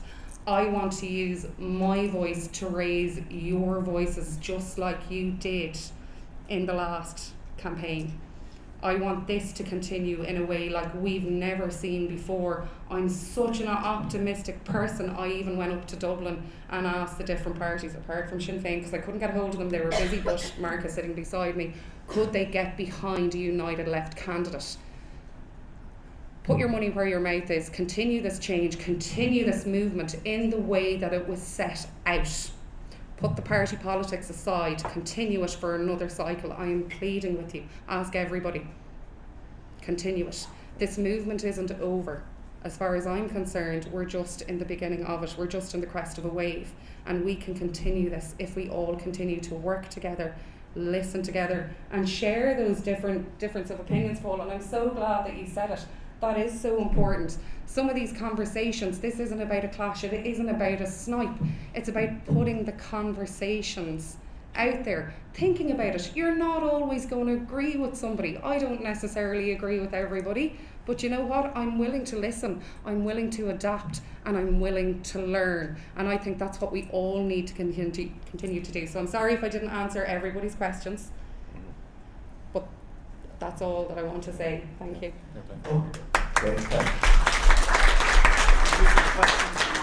Oh yeah, we have questions online, so will you take them from me? Yeah. Live on YouTube.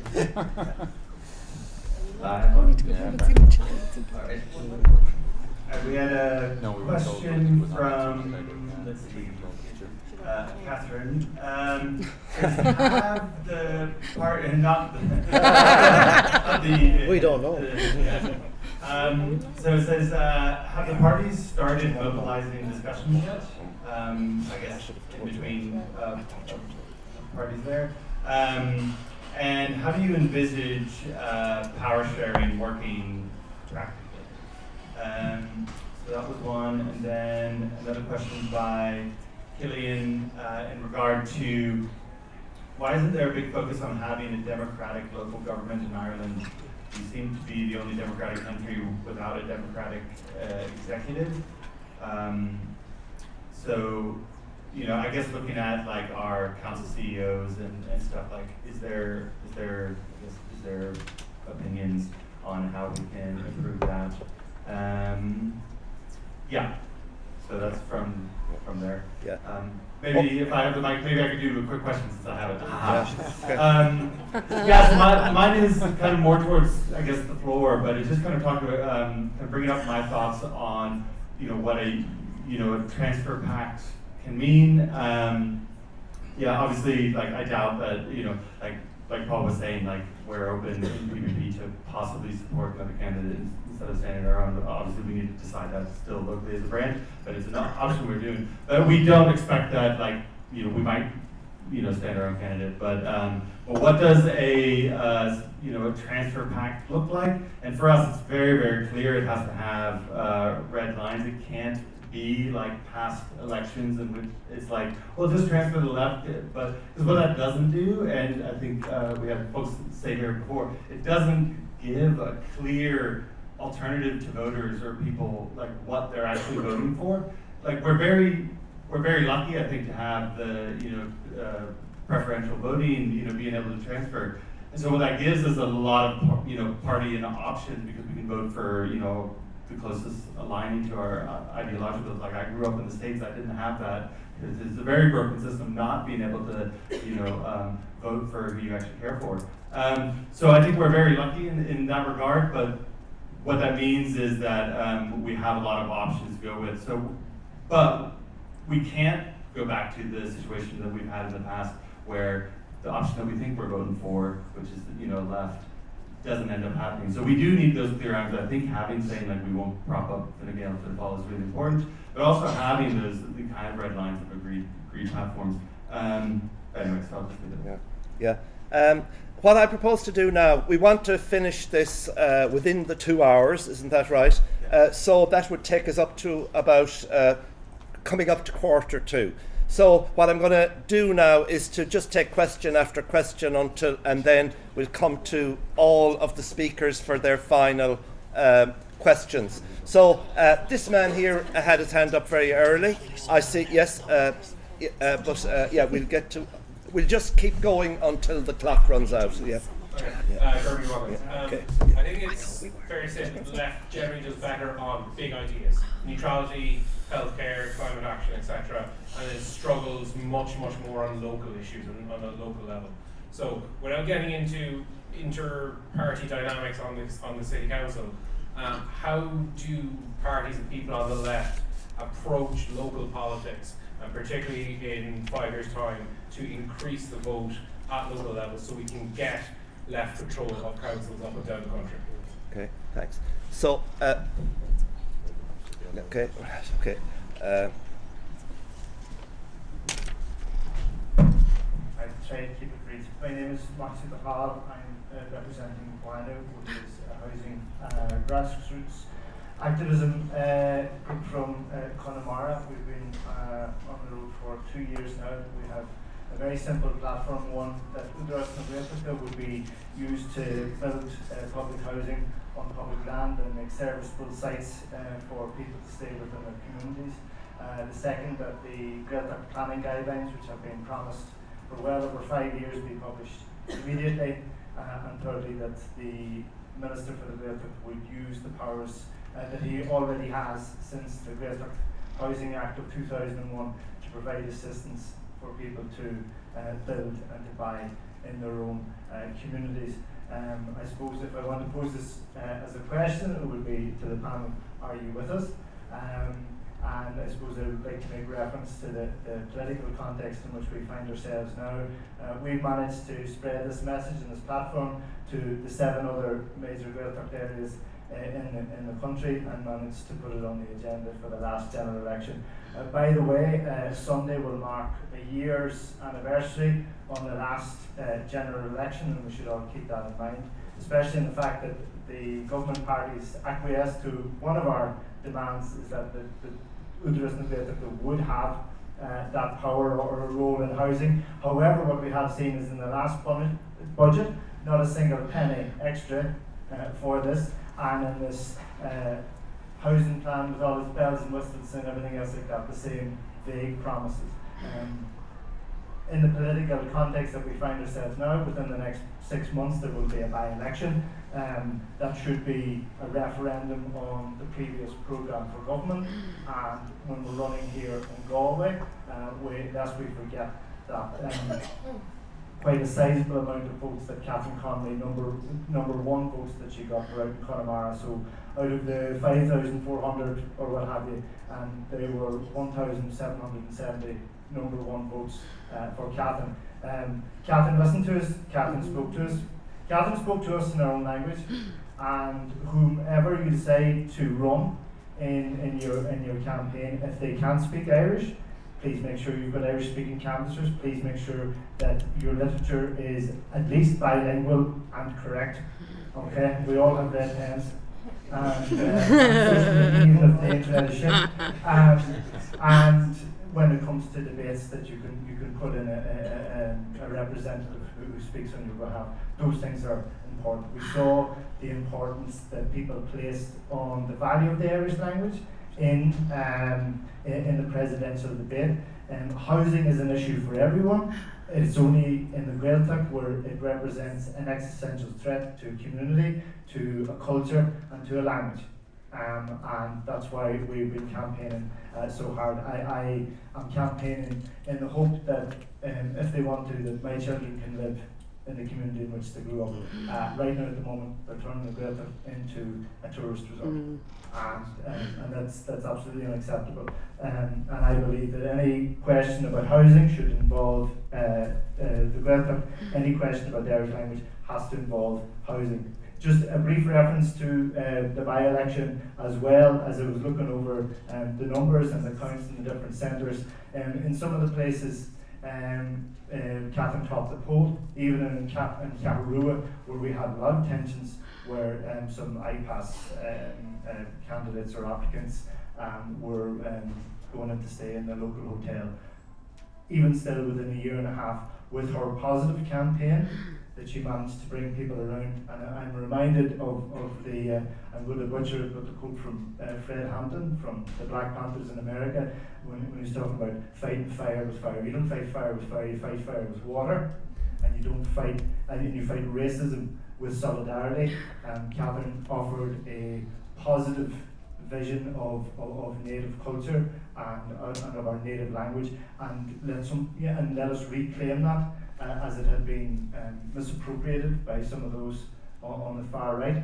Most comically, actually, one of the candidates in the last election has lived in Unspitchel for 14 years, blames immigrants for the decline of the Irish language, which he has never bothered to learn himself. The other threat, I suppose, that we may face out in Connemara, and I won't mention them by name, but if I describe them as parish pump crypto-fascists, you might know what I'm talking about. If we lay out a very comprehensive programme when it comes to housing in the Gaeltacht, they're going to be beat. Because they're only Fianna Fáil rebranded. Let's be honest about that. And they can scapegoat everybody all they want, but we ask them, okay, what are you doing about Douglas? What are you doing about sewage out in Carlow? What are you doing about the powers given to the minister to help people with housing there? So I would ask the panel if we have your support, and will that be front and centre in the by-election campaign?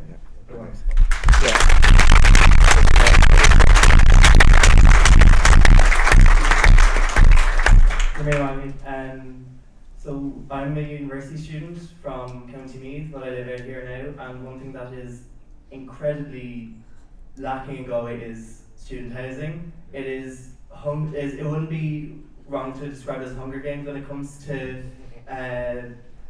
February, March, April. Students essentially fighting it out for the very few spaces and very few beds that are available in Galway City and Galway County. People are travelling from Athlone, people are travelling from Mayo, people are travelling from as far as Cork to get to university every single day. Not only is that putting more cars on the road, it's also damaging their ability to learn, damaging our collective future. And it's not just a student issue, it's a family issue, because families are having to fork out more and more money for substandard accommodation with mould, that people can't stay over weekends, that are damp, that are cold, and it's clear that this government doesn't care, so that's something that the left government will have to do. And we'll have to show solidarity, everyone, not just students, not just working families, but a whole society, solidarity, standing together for the future. There's a man down, two there. Jenny, is it? Yeah, it's over here. Oh, sorry. Yeah. Okay. Go on. I'll just ask a short question. We've been talking a lot today about party leaders and party leaders leading us forward and how the government will be formed. I was just wondering, especially as Catherine Connolly was an independent herself, and we've Eibhlín an independent, how do we plan on involving independence in the future of a left-wing government? Okay. More Thanks. independence. Good. Jenny is over there. Yeah, I'm Jenny Roach. I'm working at the university. It's for our sorry.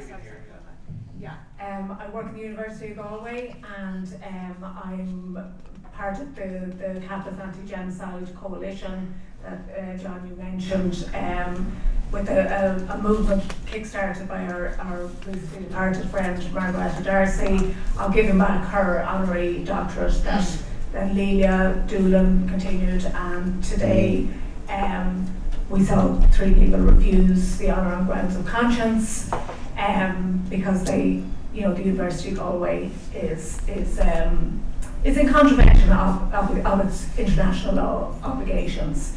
So I agree that with the power of movement in building a left alliance, a left coalition, or any hope of a left government.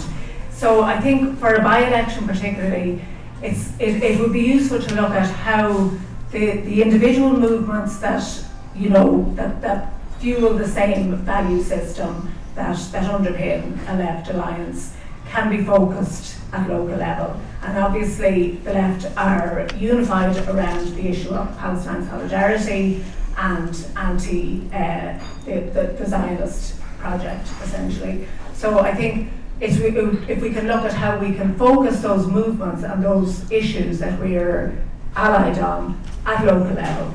And for the by-election in Galway, the University of Galway's complicity with Israel, particularly through the Technion contract, which, the Technion Institute are a self-declared research and development wing of the IDF. It is unconscionable that the University of Galway is still refusing to break those links. That's a clear focus for all the left parties in Galway, because the University of Galway is a focal point. We all have, so many Galway people have a connection to it, either as students, as your kids are going there, you've gone there yourself, your kids go there. It's a huge employer, we know people. It's associated with Galway. It makes sense to concentrate the Palestine solidarity efforts on the University of Galway and force them to break that contract. I think it's incumbent on us all, and I would hope to see it.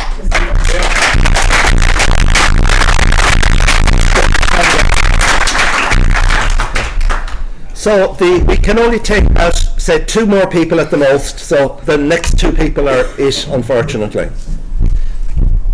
Well, I'll be one of the last then, so. Curran Hamilton have been involved with Antashka for the last 30 years, and was very grateful to see Catherine give one of her first speeches at an Antashka headquarters event last week. And brilliant. I've known Catherine for many years, and in actual fact, it's 42 years since Galway City Council proposed to build a primary sewage treatment plant in South Park. And that's when I first heard the name Connolly, because Catherine and Brian and the other Cunningham here sitting in the audience, we became involved, and Catherine was support all that time ago. In fact, in 1999, I ran with Catherine for election in the local council. She got elected, I didn't. So that's a sad story. But one of the things... You could have gone president now.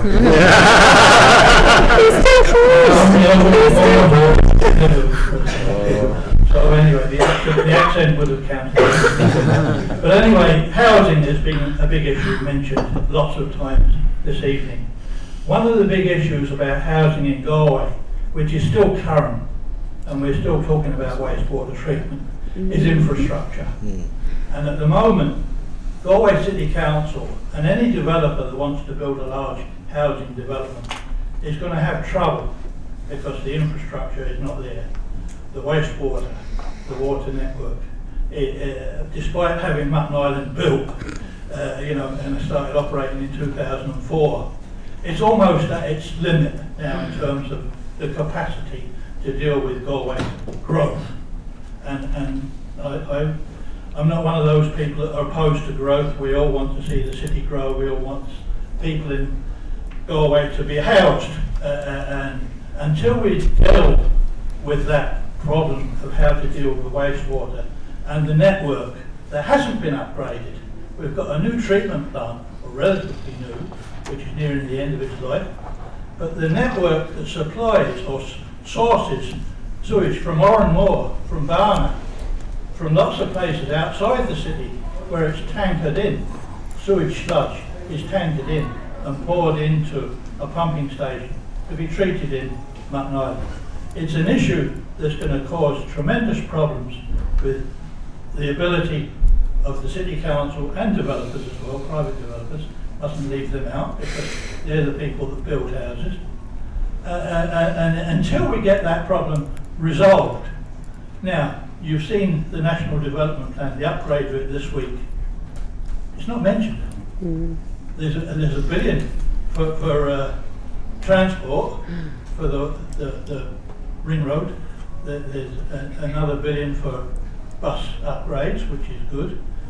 Not much mention of Lewis, which obviously is something I support and have been involved in with my colleagues here.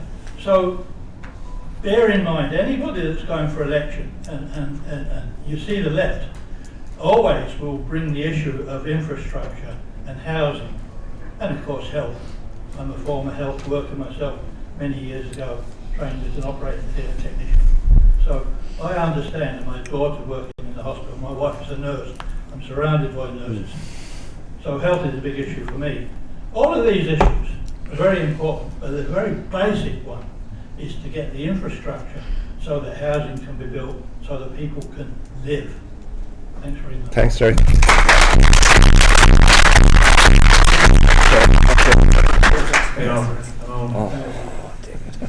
So many interesting topics being covered. Hard to know which one to dive in on, but it has to be how do we win. It has to be how do we dislodge Fianna Fáin again. How do we get the corporate money that's controlled our laws for so many decades? How do we get it out? Well, one way of looking at it is how have they managed to stay in power for so long? Fianna Fáin and Fine Gael for decades have had within their own parties pro and anti-divorce factions, pro and anti-abortion factions. Those of us on the left maybe couldn't really make peace with the idea of having those two wings inside our own party, so I think there's something instructive to learn there about being tolerant of disagreement within our group and still being able to push forward in the general direction we want to go in. And a couple other comments. So how would we win in that way? There's been talk about a kind of charter or a statement of principles you might agree on. And let's look at the charter that the African National Congress put out years ago.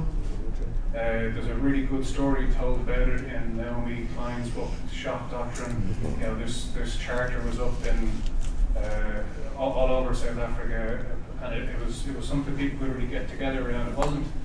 It wasn't wishy-washy. You know, there were some really specifics in it about nationalising services and nationalising wealth, and the wealth of South Africa being owned by the people of South Africa. And I think Naomi Klein explains that when the transition from the white supremacists happened, that unfortunately the ANC lost control of the economics and the national currency because that was a technical matter they shouldn't get involved in it. But anyway, so it's not all success, but just the charter could be a good model for a document the left could agree on. That's Okay. I'm afraid I'm going to have to cut it there and get you out of the room at the promised time. So we're going to finish with succinct responses and concluding remarks from the speakers. Starting at the other end this time. Yeah, super quickly. I'll just take a couple of them. One, in terms of the independents, I think that's a very good question, because clearly independents have an important part in this movement and a movement for a left government. I mean, I think basically how it would work is that you agree a broad, so they're involved in the process in terms of a grassroots process, you agree your broad principles or you agree your charter. I think that's a very good idea. Along with that, you agree a formula around, we all commit to, if elected, that we're going to vote for the candidate of the biggest party on the left or the candidate supported by the biggest number of TDs elected on the left. You know, there's nuances there, but you agree a formula, and then effectively independents, just like parties, are asked to sign up to that. And if they sign up to that, then they're part of the transfer pact, and the parties, whoever's running in that area, also encourage transfers back and forth for them. Second thing, agreeing 100% with all the points that Matthew made. I'll finish the quote, which I use that quote a lot myself because it's great. The end of the quote is, you fight capitalism with socialism. So it's an important thing. And just to finish with the point, because the appeal has been made, and like I endorse the appeal as well, for people to become independents, right? But I also want to encourage people to join political parties. And if you agree, to join People Before Profit. But if you agree with someone else, join them. But join People Before Profit if you agree. Because the main thing is, like, I'm really happy that so many people are here staying for such a long meeting and are so engaged, right? Like, that's really good. That's a lot of energy. That's the kind of energy that can win the by-election. That's the kind of energy that can happen nationally as well. And like, that needs to find an organised expression. And that can find an organised expression with individuals joining groups like Dun Clay. You can find, joining local groups, joining local campaigns. That's really important. I think one of the things that we need to do is like the word party has become a bad word in politics because of the experience of all the betrayals of all the different parties. That's real, right? But the party form, the basic idea that we should be working to have, in my opinion, like a mass socialist party of the left, is still something to fight for. And it's why I'm a member of People Before Profit. Because I think ultimately the benefit of collective action, the benefit of collective discussion, of democratic accountability, of deciding things together, makes us stronger. I understand why lots of people don't want to join parties, and I want to work alongside all those who don't want to join parties but are part of the left. But I also would just encourage people to think, after their experience of being involved in the Connolly campaign, to continue to be involved in whatever way you want, but one of those options is to join a party.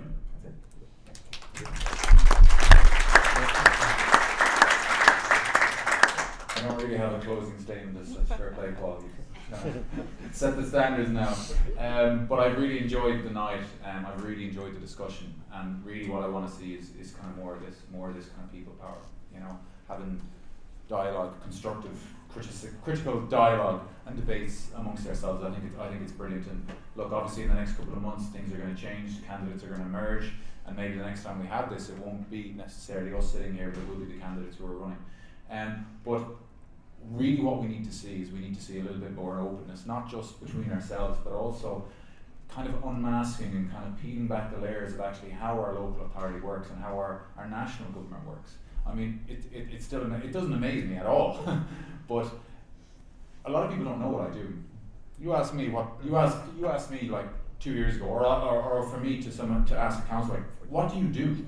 I don't think anyone knows that, besides maybe those who are informed here. So I think there's nearly a kind of an aura around whether those are a national politician or a local politician. I think we need to peel that away. And I need to be asked the questions. And one way we can ask those questions is we can see what people are doing, such as live streaming a council meeting, such as making the information far more accessible, and something that I've been working on a lot within the council, saying all of these reports, all of these budgets, all of these presentations, why are they just presented to me? I'm a public representative. And they tell us, oh, it's fine, you can go onto a website and you can click this and click that, and I remember saying to them in the council meeting, I was like, there's a monthly management report that nearly contains all the information that people ask me about. And I said, it's 7 clicks from the main page. And I know where I was going.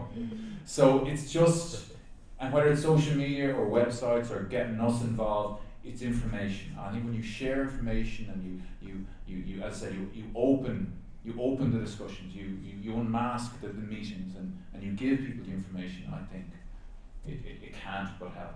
And it's something that I really think we should all be doing. And like that, having these workshops, having these public forums where you can ask all of us and say, what do you actually do? I think is really valuable. So I'll leave it at that. I just want to thank everyone. I mean, it's a long evening. I'm absolutely goosed, and I'm missing Celebrity get me out of here as well. I don't watch it. I'm only joking. But look, I'll pass it on to John. Thanks a million, though. I really appreciate it. Thank you, everyone. Just to round up, I want to just take on some of the questions that were asked. Like the Gaeltacht, it's your pride. I believe in people having their identity, maintaining their identity, and securing their identity. So I think it's something that what you're saying should be listened to, and you should uphold that as well. And like, I stand with you on that. And regarding the students' accommodation, it's a big issue. It's a very big issue. If you had read the City Tribune of last week, you would have seen my piece around the issues around student accommodation, and the fact most people were surprised, they were shocked about it, that students were asked to leave over the weekend. And and the amount that you pay for those accommodation is just appalling. So it's something we should all come together. I think there should be discussions around that, and it should be highlighted, and there should be a debate on that. We need to ask questions because people are not aware. So you need to speak out about it. I've actually started some sort of a campaign around it. If you see it, if you know of anyone who's experiencing it, let me know. Let's highlight the issues together. I think it's something worth discussing. Also, the impacts that students go through, the psychological effect on them, traveling from one place to another, being asked to leave your community. I think it's something we should talk about, but no doubt we need to invest in student accommodation. I know we talked a lot about social housing, affordable housing, but we should also think about the student accommodation. We're blessed in Galway to have 2 universities, and we benefit a lot from them. The investments that what you're going to invest in the future is something we should also consider. So housing and the Gaeltacht. And I want to say a very big thank you to everyone. I think this is an opportunity. This is something we should continue doing from time to time. It shouldn't be a once-off thing. We need public meetings. We need to talk about issues.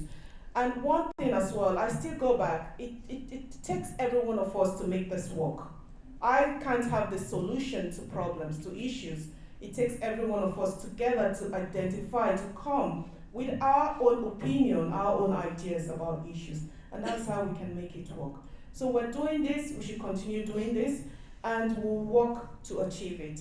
So I want to say a very big thank you to everyone, and let's stay in touch, let's stay connected, let's stay united.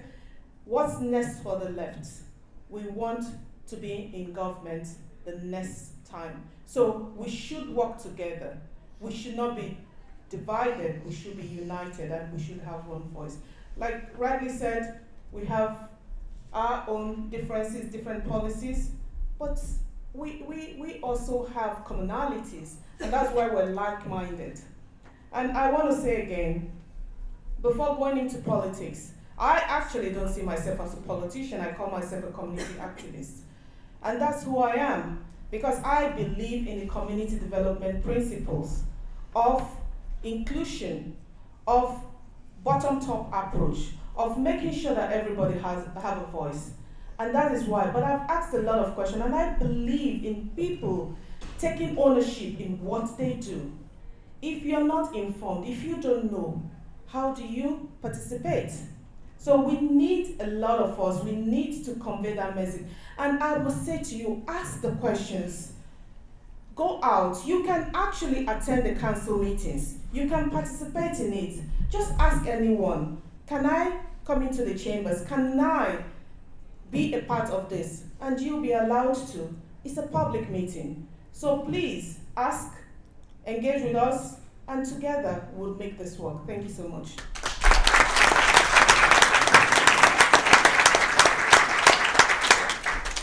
Thanks, Helen. Eibhlín? God, you might regret this. Cabron Hermanish. So, the law Keshna Cur, or like Choc the Mass an Earl, or Neil Mudge Ogbu got Keshna a Fragrat Anish. But Toshe on Tovata on Changa, I just thought Imni Hermanish, like I was nervous before I started, thought on Imni Hermanish, like, because Ni had me in Lum Eglara Jasquelga, Nervine Minamach, thought, like, the Tofachi Sir, going Momoher, Ig Shas, in Hodgkinch going, no Haberation. So look, tá sé an tábhacht a bhíh me gleabhar Ledini, Tífa Michael in Alacla, Fí an Shangas, Fí an Gaelcocht, agus tá an go bhfuil post nua is teach muo, tá duine éigen ag obair sinné, yeah. So bhí me gleabhart le colm agus dúirt me leis go raibh me ag éirí lobar le chéile le rud a cinch le déanamh. So for anybody else who doesn't have Irish, I am awfully sorry. What I was saying there was thank you so much for the question. In Irish, it is so important. Our language is so important. I am petrified of speaking Irish in public. I am the chair of the Gaeilge committee, the SPC, and I am so terrified, but I am trying my hardest because tá an teang agam, tá is agam go bhfuil sé an, it's just tá imní orm, and we're not in a world, a bit like women in politics, we're not in a world where it's encouraged. So Níl Gaeilge, I got hot. And tá sé an tábhachta, and I really do want to work and help improve my Gaeilge. There's so many other questions. Students, my God, student politics is so much of my life. So I will know it. Aaron Burke representing down the back from ATU or GMIT back in the day. These are all issues that I have been out protesting for. These are all issues that we have been out protesting for collectively. I met my husband at a student union protest back when they were talking about introducing graduate fees. Was that what it was called back at the time? I know I'm old, it was 2011, it was a while ago, maybe I'm the only one who was there. We're still talking about it. How are we still talking about this? Why aren't we acting on things? Why is this still a conversation? Left or right, front or centre, wherever you are, why is this still a conversation? Why hasn't the money been put into investment in our higher level institutions? Why aren't they building on the lands that they own? Why aren't they building in the derelict buildings that they own? There are solutions to these problems. We have them all. We don't need another report to tell us what's not going to work. Thanks very much. What was the housing plan there, Alan? Whose target was it? How many plans have we had? We want action, just like we got Catherine Connolly elected. We want that direct action. We want the left, whoever it is, working together. Put the Lohan method to one side, everybody come together, start working together. We all have solutions, yes, we all have differences, but we need to start working together. Put it aside. Become an independent. You have no idea how liberating it is. And I'll pass it to my good friend.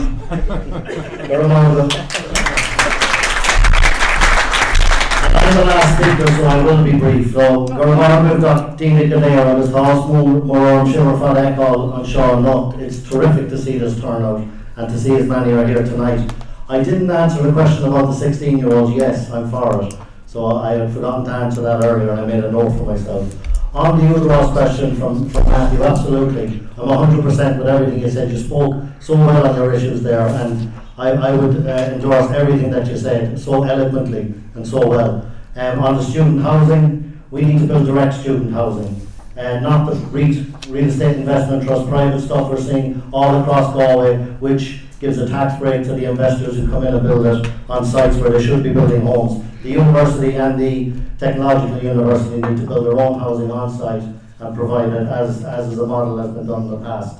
The infrastructure that Derek spoke about, absolutely. We know the nightmare that's there. The City Council can't build houses. They have 80 acres of land, zoned residential, sitting idle, not built on because the infrastructure is not there. And that needs to change and has to change. And on Jenny's point on international solidarity, it does bring us together. it is a cause that binds us. We also have a struggle for self-determination in our own country, where we have a system through our peace agreement that's 30 years old now, where part of that United Kingdom of Great Britain and Northern Ireland can secede.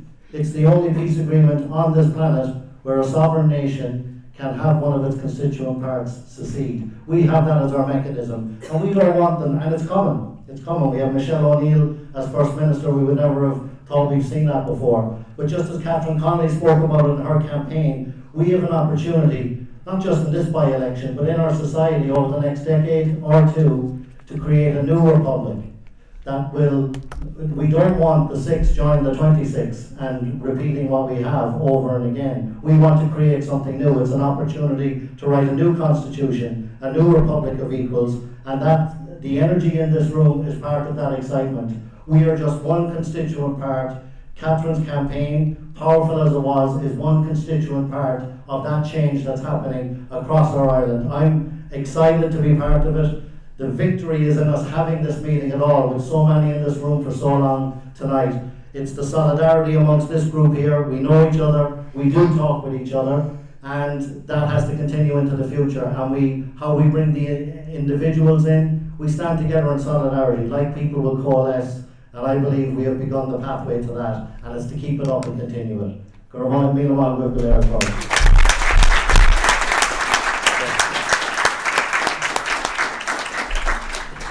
So, there we are. We've come to an end. Thank you all for your patience and for sticking with us so many. I think it was a great start to a conversation that's going to continue. Lots of issues have been raised, and we have become aware of some of the complexities of that are facing us in trying to stay united over the next period. So I look forward to seeing us all together again in rooms here and elsewhere over the next while. So good night. Agus call us all.